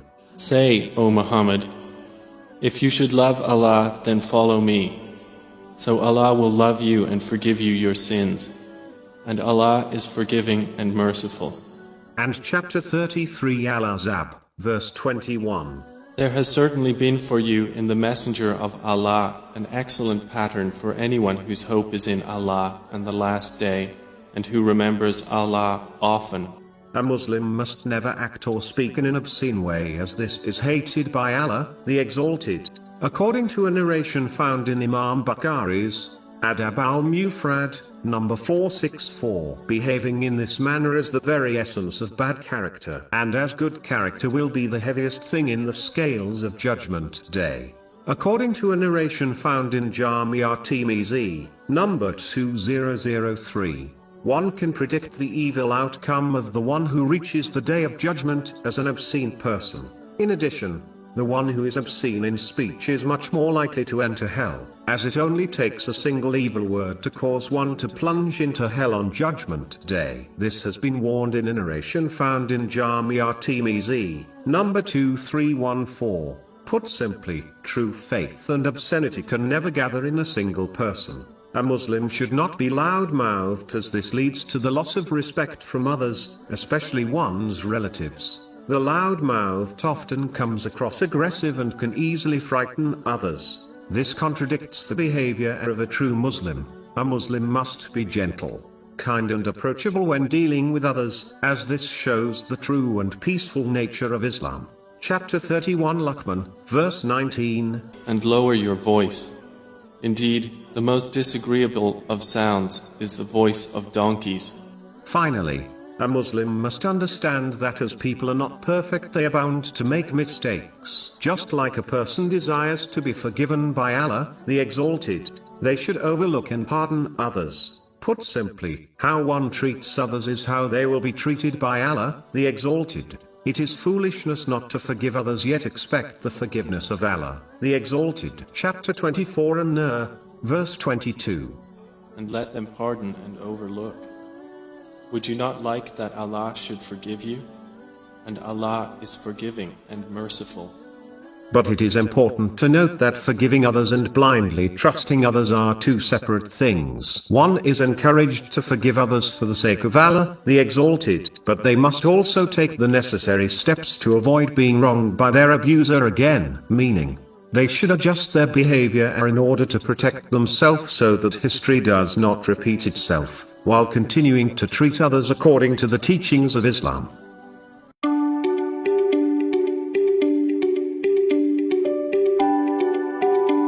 A divine narration found in Jamia Tirmizi, number 3540, advises the importance and vastness of the forgiveness of Allah, the Exalted. The first part of the narration declares that as long as a Muslim sincerely supplicates to Allah, the Exalted, and hopes in His mercy, they will be forgiven by Him.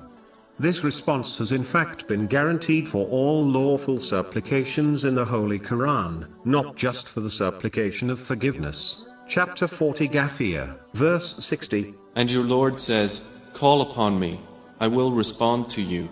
In fact, the Holy Prophet Muhammad, peace and blessings be upon him, mentioned this verse and declared that supplication is an act of worship, meaning a righteous deed. This has been advised in a narration found in Sunan Abu Dawud, number 1479. A narration found in Jamia Tirmizi, number 3604, advises that every supplication is accepted in different ways as long as it is a lawful one. The person is either granted what they requested, or a reward will be reserved for them in the hereafter, or they will be forgiven an equivalent sin. But it is important to note that in order to receive a positive response, a Muslim must fulfill the conditions and the etiquettes of the supplication. In respect to supplicating for forgiveness, this includes actively striving to avoid sins and sincerely obeying Allah, the Exalted, as it contradicts common sense to ask for forgiveness while persisting on sins. One of the greatest supplications a Muslim can make is for forgiveness, as it is a means for one obtaining blessings, avoiding difficulties in this world, and a means to obtaining paradise and escaping hell in the next world. Chapter 71 New, verses 10 to 12. And said, ask forgiveness of your Lord. Indeed, He is ever a perpetual forgiver. He will send rain from the sky upon you in continuing showers, and give you increase in wealth and children, and provide for you gardens, and provide for you rivers. As indicated by the main narration under discussion, having hope in the infinite mercy of Allah, the Exalted, when supplicating is a condition for forgiveness. In fact, Allah, the Exalted, acts according to His servant's opinion of Him, which has been confirmed in a divine narration found in Sahih Bukhari, number 7405. One of the greatest causes of forgiveness is when a Muslim only hopes in Allah, the Exalted, to forgive them, full well knowing no one can forgive them or protect them from punishment except Allah, the Exalted. The next thing mentioned in the main narration under discussion is that no matter how many sins a person commits, the mercy and forgiveness of Allah, the Exalted, is greater. In fact, it is unlimited. Therefore, a person's limited sins will never be able to overcome it. It is why the Holy Prophet Muhammad, peace and blessings be upon him, advised Muslims to magnify what they supplicate for, as nothing is too great for Allah, the Exalted, to grant. This has been confirmed in a narration found in Sahih Muslim, number 6812. But it is important to note that using the fact that the forgiveness of Allah, the Exalted, is infinite as an excuse to persist in sins, is only mocking this important truth, and the one who behaves in such a manner may be deprived of his forgiveness.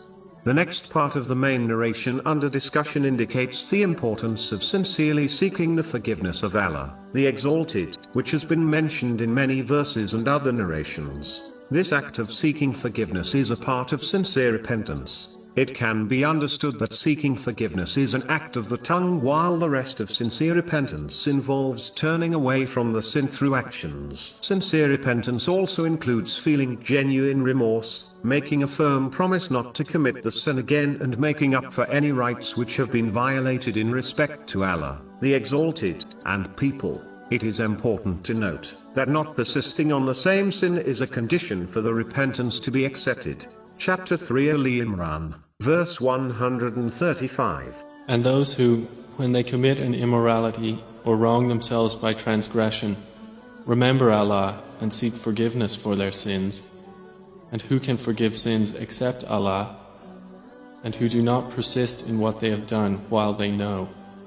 It is extremely important for a Muslim to be persistent in seeking forgiveness, as this leads to deliverance from every worry, a way out from every difficulty, and support from places where one would not expect. This has been advised in a narration found in Sunan Abu Dawood, number 1518. The next thing mentioned in the main narration under discussion is the greatest cause of forgiveness, namely, not associating anything with Allah, the Exalted. There are two types of associating things with Allah, the Exalted: major polytheism and minor polytheism.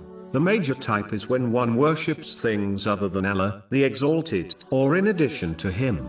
The minor version is when one acts for other than to please Allah, the Exalted, such as showing off. This has been warned in a narration found in Sunan Ibn Majah, number 3989. In fact, the one who acts for the sake of people will be told by Allah, the Exalted, on Judgment Day to seek their reward from those they acted for, which will not be possible.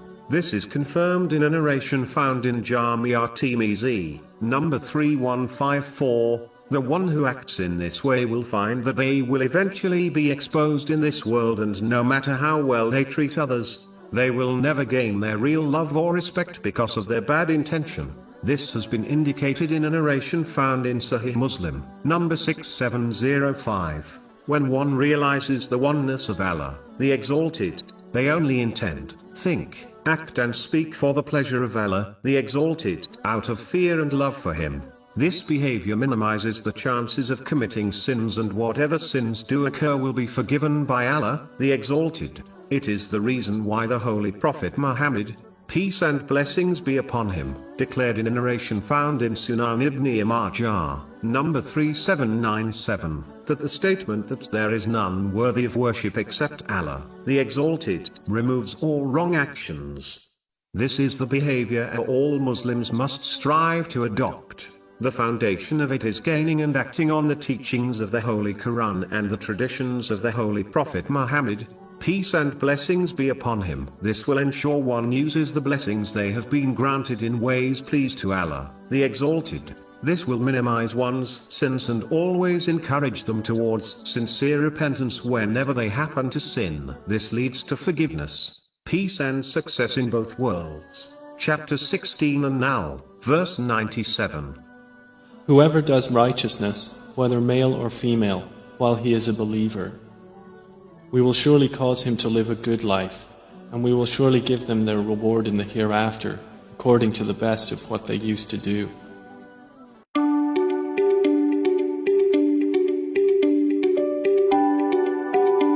In a narration found in Sunan Ibn Majah, number 3997, the Holy Prophet Muhammad, peace and blessings be upon him, warned that he did not fear poverty for the Muslim nation.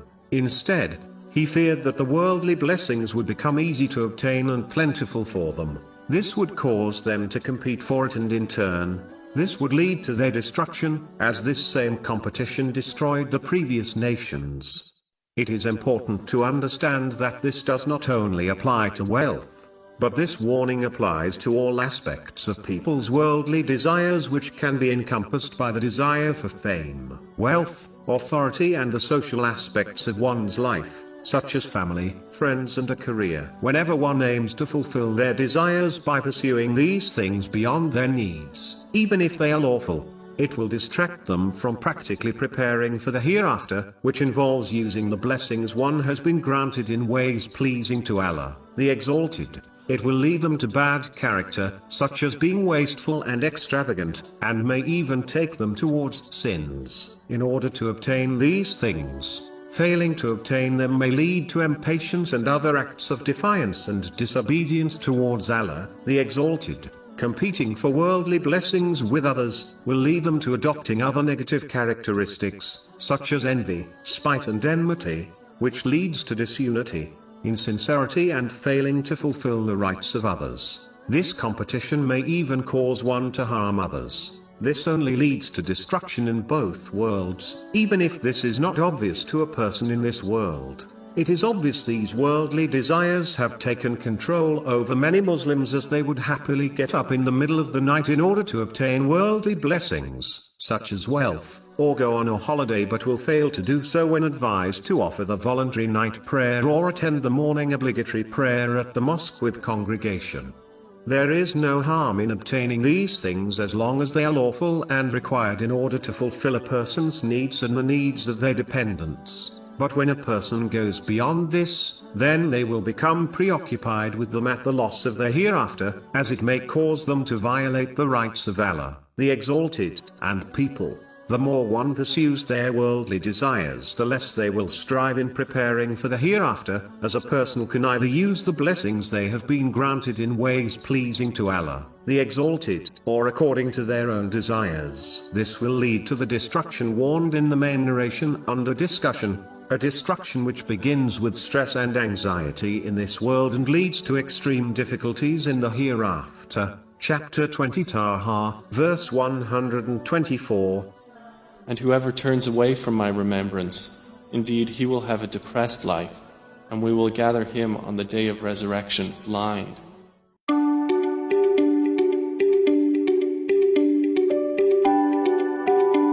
In a narration found in Jamia Tirmizi, number 1987, the Holy Prophet Muhammad, peace and blessings be upon him, gave some important pieces of advice. The first is to fear Allah, the Exalted, through piety. This is achieved when one fulfills the commands of Allah, the Exalted, refrains from his prohibitions, and faces destiny with patience according to the traditions of the Holy Prophet Muhammad, peace and blessings be upon him. This is only achieved through learning and acting on the teachings of the Holy Quran and the traditions of the Holy Prophet Muhammad, peace and blessings be upon him. This advice encompasses all the teachings and duties of Islam. When one strives in this manner, they will eventually reach the high level of faith called excellence. This is when one acts, such as performing the prayer, as if they witness Allah, the Exalted, observing them. This has been advised in a narration found in Sahih Muslim, number 99. This ensures one fulfills their duties both to Allah, the Exalted, and to the creation. The latter involves fulfilling the rights of people according to the teachings of Islam. This is best fulfilled by treating others how one desires to be treated by people.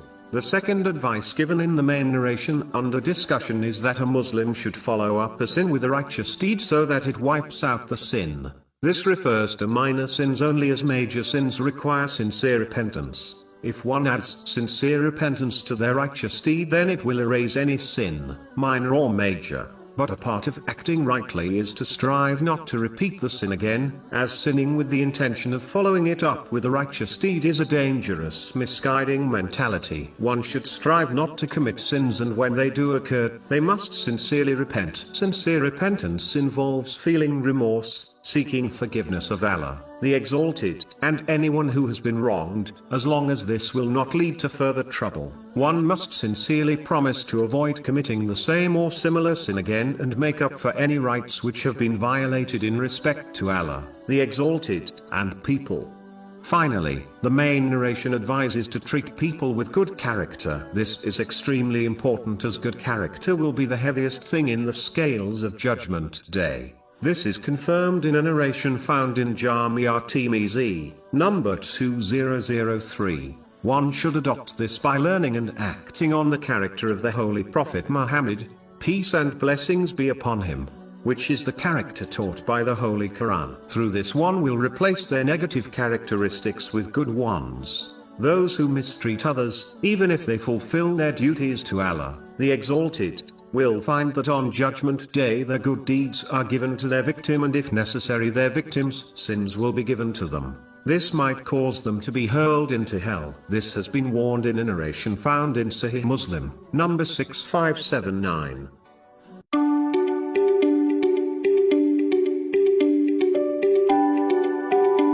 In a narration found in Sahih Bukhari, number 5534, the Holy Prophet Muhammad, peace and blessings be upon him, described the difference between a good and bad companion. The good companion is like a person who sells perfume. Their companion will either obtain some perfume or at least be affected positively by the pleasant smell. Whereas, a bad companion is like a blacksmith. If their companion does not burn their clothes, they will certainly be affected negatively by the smoke. Muslims must understand that the people they accompany will have an effect on them, whether this effect is positive or negative, obvious or subtle. It is not possible to accompany someone and not be affected by them. A narration found in Sunan Abu Dawood, number 4833, confirms that a person is on their companion's religion, meaning, a person adopts the characteristics of their companion. It is therefore important for Muslims to always accompany the righteous, as they will undoubtedly affect them in a positive way, meaning, they will inspire them to obey Allah, the Exalted, by fulfilling His commands, refraining from His prohibitions, and by facing destiny with patience according to the traditions of the Holy Prophet Muhammad, peace and blessings be upon him. Whereas, bad companions will either inspire one to disobey Allah, the Exalted, or they will encourage a Muslim to concentrate on the material world over practically preparing for the hereafter, meaning, they will hinder them from using the blessings they have been granted in ways pleasing to Allah, the Exalted. This attitude will become a great regret for them in both worlds, even if the things they strive for are lawful but beyond their needs, as using the blessings one has been granted in vain or sinful ways is the root of forgetting Allah, the Exalted. Chapter 20 Taha, verse 124. And whoever turns away from my remembrance, indeed he will have a depressed life, and we will gather him on the day of resurrection blind. Finally, as a person will end up with those they love in the hereafter, according to the narration found in Sahih Bukhari, number 3688, a Muslim must practically show their love for the righteous by accompanying them in this world and adopting their lifestyle and behavior. But if they accompany bad or heedless people, then it proves and indicates their love for them and their ultimate company in the hereafter. This has been indicated in a narration found in Sunan Abu Dawood, number 4031. Chapter 43 Az-Zukhruf, verse 67. Close friends, that day, will be enemies to each other, except for the righteous.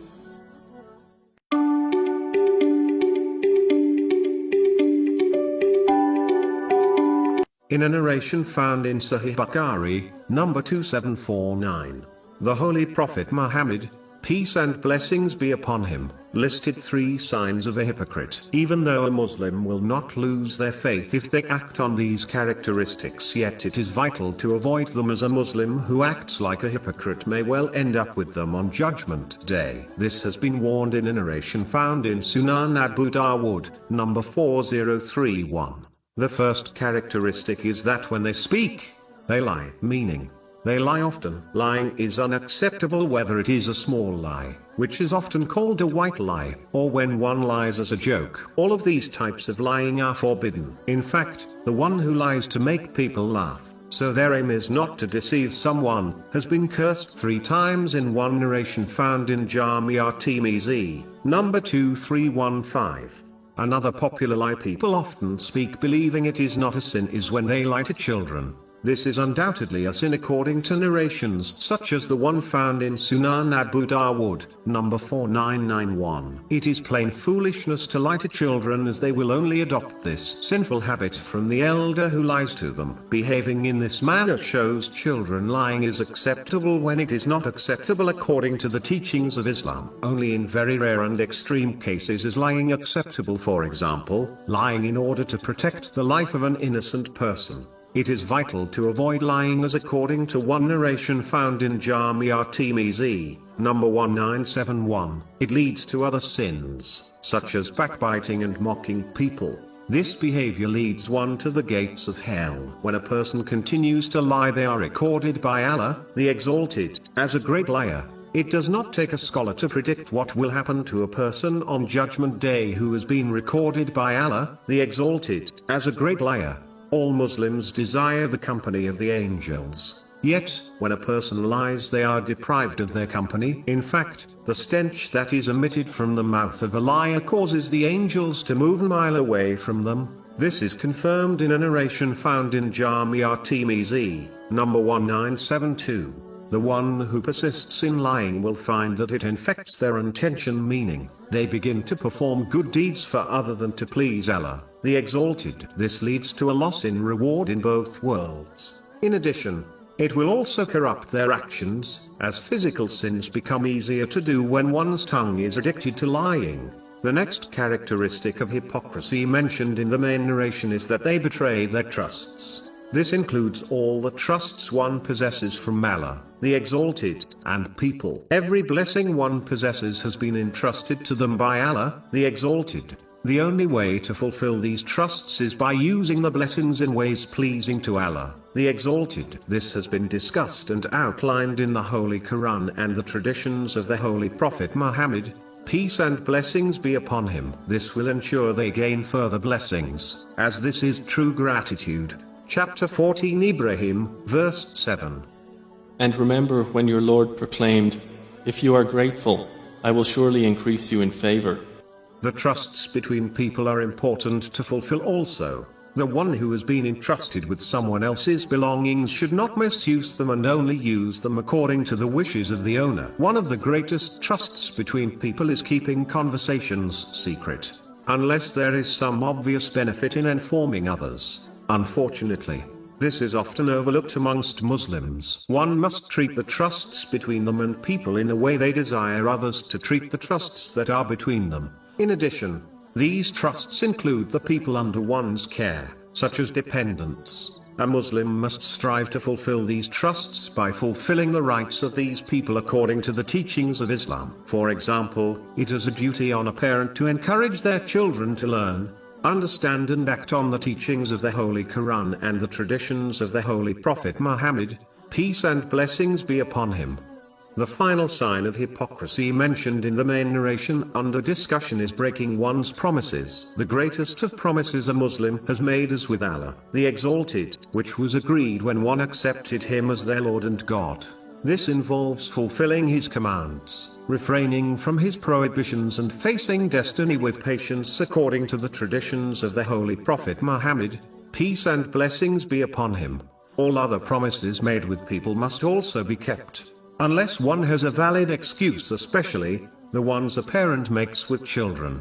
Breaking promises only teaches children bad character and encourages them to believe being deceitful is an acceptable characteristic to possess. In a narration found in Sahih Bukhari, number 2227, Allah, the Exalted, declares that he will be against the one who makes a promise in his name and then breaks it without a valid excuse. How can the one who is Allah, the Exalted, against them on Judgment Day possibly succeed? It is always safer not to make promises with others where possible, but when a lawful promise is made, one must strive hard to fulfill it.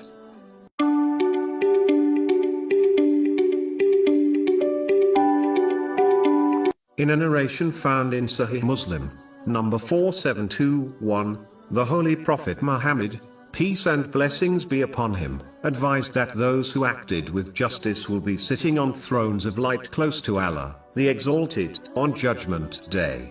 This includes those who are just in their decisions, in respect to their families and those under their care and authority. It is important for Muslims to always act with justice in all occasions. One must show justice to Allah, the Exalted, by fulfilling His commands, refraining from His prohibitions, and by facing destiny with patience according to the traditions of the Holy Prophet Muhammad, peace and blessings be upon him. They must use all the blessings they have been granted in the correct way according to the teachings of Islam. This includes being just to their own body and mind by fulfilling their rights of food and rest, as well as using each limb according to its true purpose. Islam does not teach Muslims to push their body and minds beyond their limits, thereby causing themselves harm. One should be just in respect to people by treating them how they wish to be treated by others. They should never compromise on the teachings of Islam by committing injustice to people in order to obtain worldly things, such as wealth and authority. This will be a major cause of people entering hell and has been indicated in a narration found in Sahih Muslim, number 6579. They should remain just even if it contradicts their desires and the desires of their loved ones. Chapter 4 An-Nisa, verse 135. O you who have believed, be persistently standing firm in justice, witnesses for Allah, even if it be against yourselves or parents or relatives. Whether one is rich or poor, Allah is more worthy of both. So follow not personal inclination, lest you not be just. One must be just towards their dependents by fulfilling their rights and necessities according to the teachings of Islam. This has been advised in a narration found in Sunan Abu Dawood, number 2928. An important aspect of this is teaching their dependents about Islam and the importance of implementing its teachings within their lives. They should not be neglected nor handed over to others, such as school and mosque teachers. A person should not take on this responsibility if they are too lazy to act with justice in regards to them. To conclude, no person is free of acting with justice, as the minimum is acting with justice in respect to Allah, the Exalted, and oneself.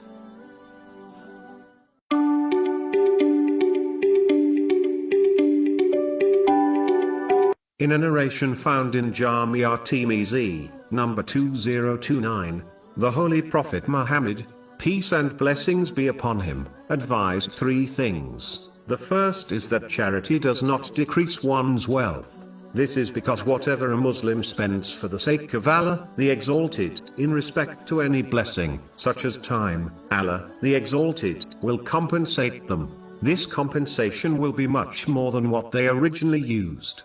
Chapter 2 Al-Baqarah, verse 245. Who is it that would loan Allah a goodly loan so He may multiply it for him many times over?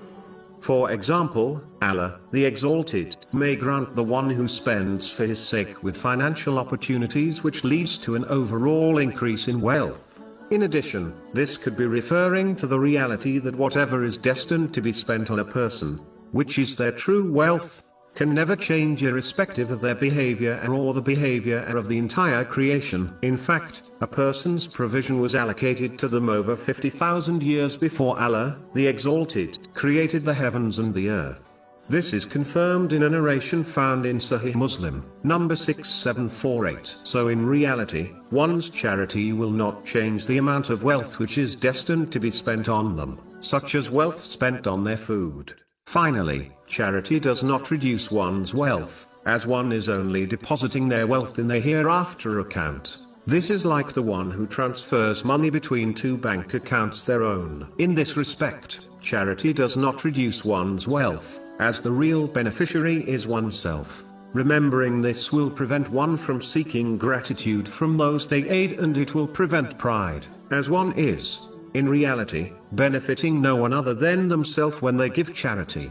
The second thing mentioned in the main narration under discussion is that a person will become more honored when they forgive others for the sake of Allah, the Exalted. This occurs as the one who forgives others will be forgiven by Allah, the Exalted, which by definition causes their honor to increase. Chapter 24 An-Nur, verse 22. And let them pardon and overlook. Would you not like that Allah should forgive you? And Allah is forgiving and merciful. This shows that true honor does not lie in exalting over people, but it lies in being merciful and forgiving. Simply put, if one desires to be forgiven for their mistakes, they should forgive others. But it is important to note that one is encouraged to forgive others for the sake of Allah, the Exalted, but they must also take the necessary steps to avoid being wronged by their abuser again, meaning, they should adjust their behavior in order to protect themselves so that history does not repeat itself, while continuing to treat others according to the teachings of Islam. Forgiving others does not mean being naive in respect to others. The final thing mentioned in the main narration is that a person will be raised in rank when they live with humility for the sake of Allah, the Exalted. This occurs as humility is an important aspect of servanthood to Allah, the Exalted. The opposite of humility, which is pride, only belongs to the Master, namely, Allah, the Exalted, as everything which people possess was created and granted by Him. Understanding this reality ensures one avoids pride and instead shows humility by obeying Allah, the Exalted, by fulfilling His commands, refraining from His prohibitions, and by facing destiny with patience according to the traditions of the Holy Prophet Muhammad, peace and blessings be upon him, and includes treating others with respect and kindness. The humble person does not look down on people, as every good quality they possess was granted by Allah, the Exalted. The humble person does not reject the truth irrespective of who it comes from, as the source of truth is none other than Allah, the Exalted. Instead, they accept and act on it whenever they are confronted with it. This is true servanthood to Allah, the Exalted, and leads to true greatness in both worlds.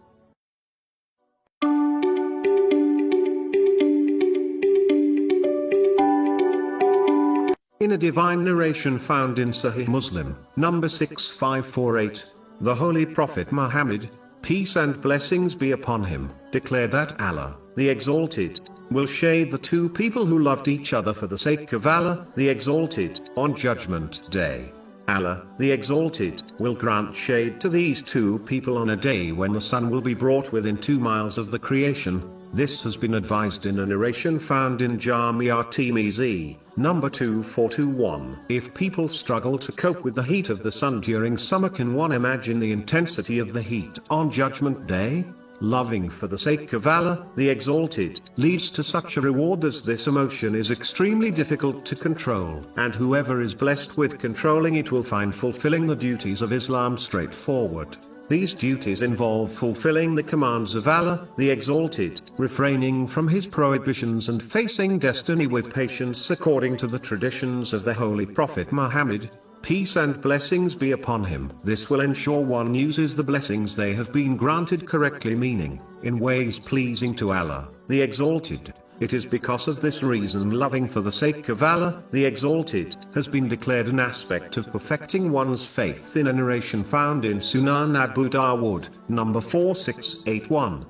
Loving others for the sake of Allah, the Exalted, includes desiring what is best for others in both worldly and religious matters. This must be practically shown through one's actions, meaning, supporting others financially, emotionally and physically, according to one's means. Counting the favors one does for others not only cancels their reward but also proves their insincerity, as they only love gaining praise and other forms of compensation from people. Chapter 2 Al-Baqarah, verse 264. O you who have believed, do not invalidate your charities with reminders or injury. Any type of negative feeling towards others over worldly reasons, such as envy, contradicts loving others for the sake of Allah, the Exalted, and must be avoided. This is achieved when one removes the negative characteristics they possess and replaces them with good characteristics, by learning and acting on the Holy Quran and the traditions of the Holy Prophet Muhammad, peace and blessings be upon him. To conclude, this noble quality includes loving for others what one loves for themselves through actions, not just words. This is in fact an aspect of being a true believer according to a narration found in Jamia Tirmizi, number 2515. This is best achieved when one treats others in a way they desire people to treat them.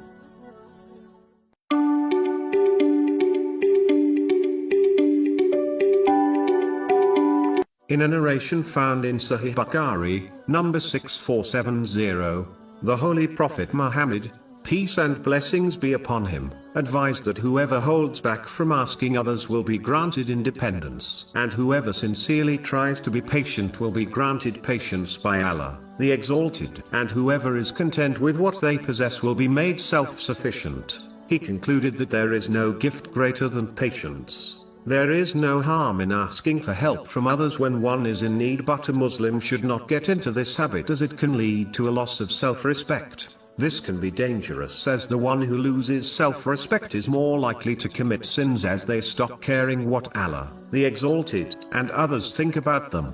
The one who unnecessarily asks others will also begin to rely on others to aid them instead of trusting in Allah, the Exalted, to aid them. Trusting in Allah, the Exalted, involves using the means one has been granted in lawful ways and then believing the outcome, which Allah, the Exalted, alone chooses, will be best for everyone involved. Therefore, a Muslim should strive to utilize all the means they have been granted before turning to others for help. The one who behaves in this manner will be granted independence of people by Allah, the Exalted. A Muslim must force patience on themselves, especially during times of difficulty. The best way to achieve this is by gaining and acting on Islamic knowledge. For example, the one who knows Allah, the Exalted, will give an uncountable reward to the patient Muslim is more likely to be patient than the one who is ignorant of this fact. Chapter 39 Az-Zuma, verse 10. Indeed, the patient will be given their reward without account. It is important to note that real patience is shown at the onset of a situation, not later on. When one demonstrates patience later on, this is acceptance, which even the most impatient person experiences. The truly rich person is the one who is not needy and greedy for things. This occurs when one becomes satisfied with what they have been granted by Allah, the Exalted. This is achieved when one rightfully believes that Allah, the Exalted, gives what is best to each person according to his infinite knowledge. Chapter 2 Al-Baqarah, verse 216. But perhaps you hate a thing and it is good for you, and perhaps you love a thing and it is bad for you. And Allah knows, while you know not. This person is truly rich, whereas the one who is always greedy and needy for things is poor, even if they possess much wealth. This has been indicated in a narration found in Sahih Muslim, number 2420. Therefore, contentment with one's provision is true richness, whereas the greed for more makes one needy, meaning poor. Finally, patience is important to adopt as it is required in each element of obeying Allah, the Exalted. This involves fulfilling His commands, refraining from His prohibitions, and when facing destiny, put simply, success in worldly or religious matters is not possible without patience. Therefore, it is a magnificent gift granted by Allah, the Exalted, to those who strive to adopt it.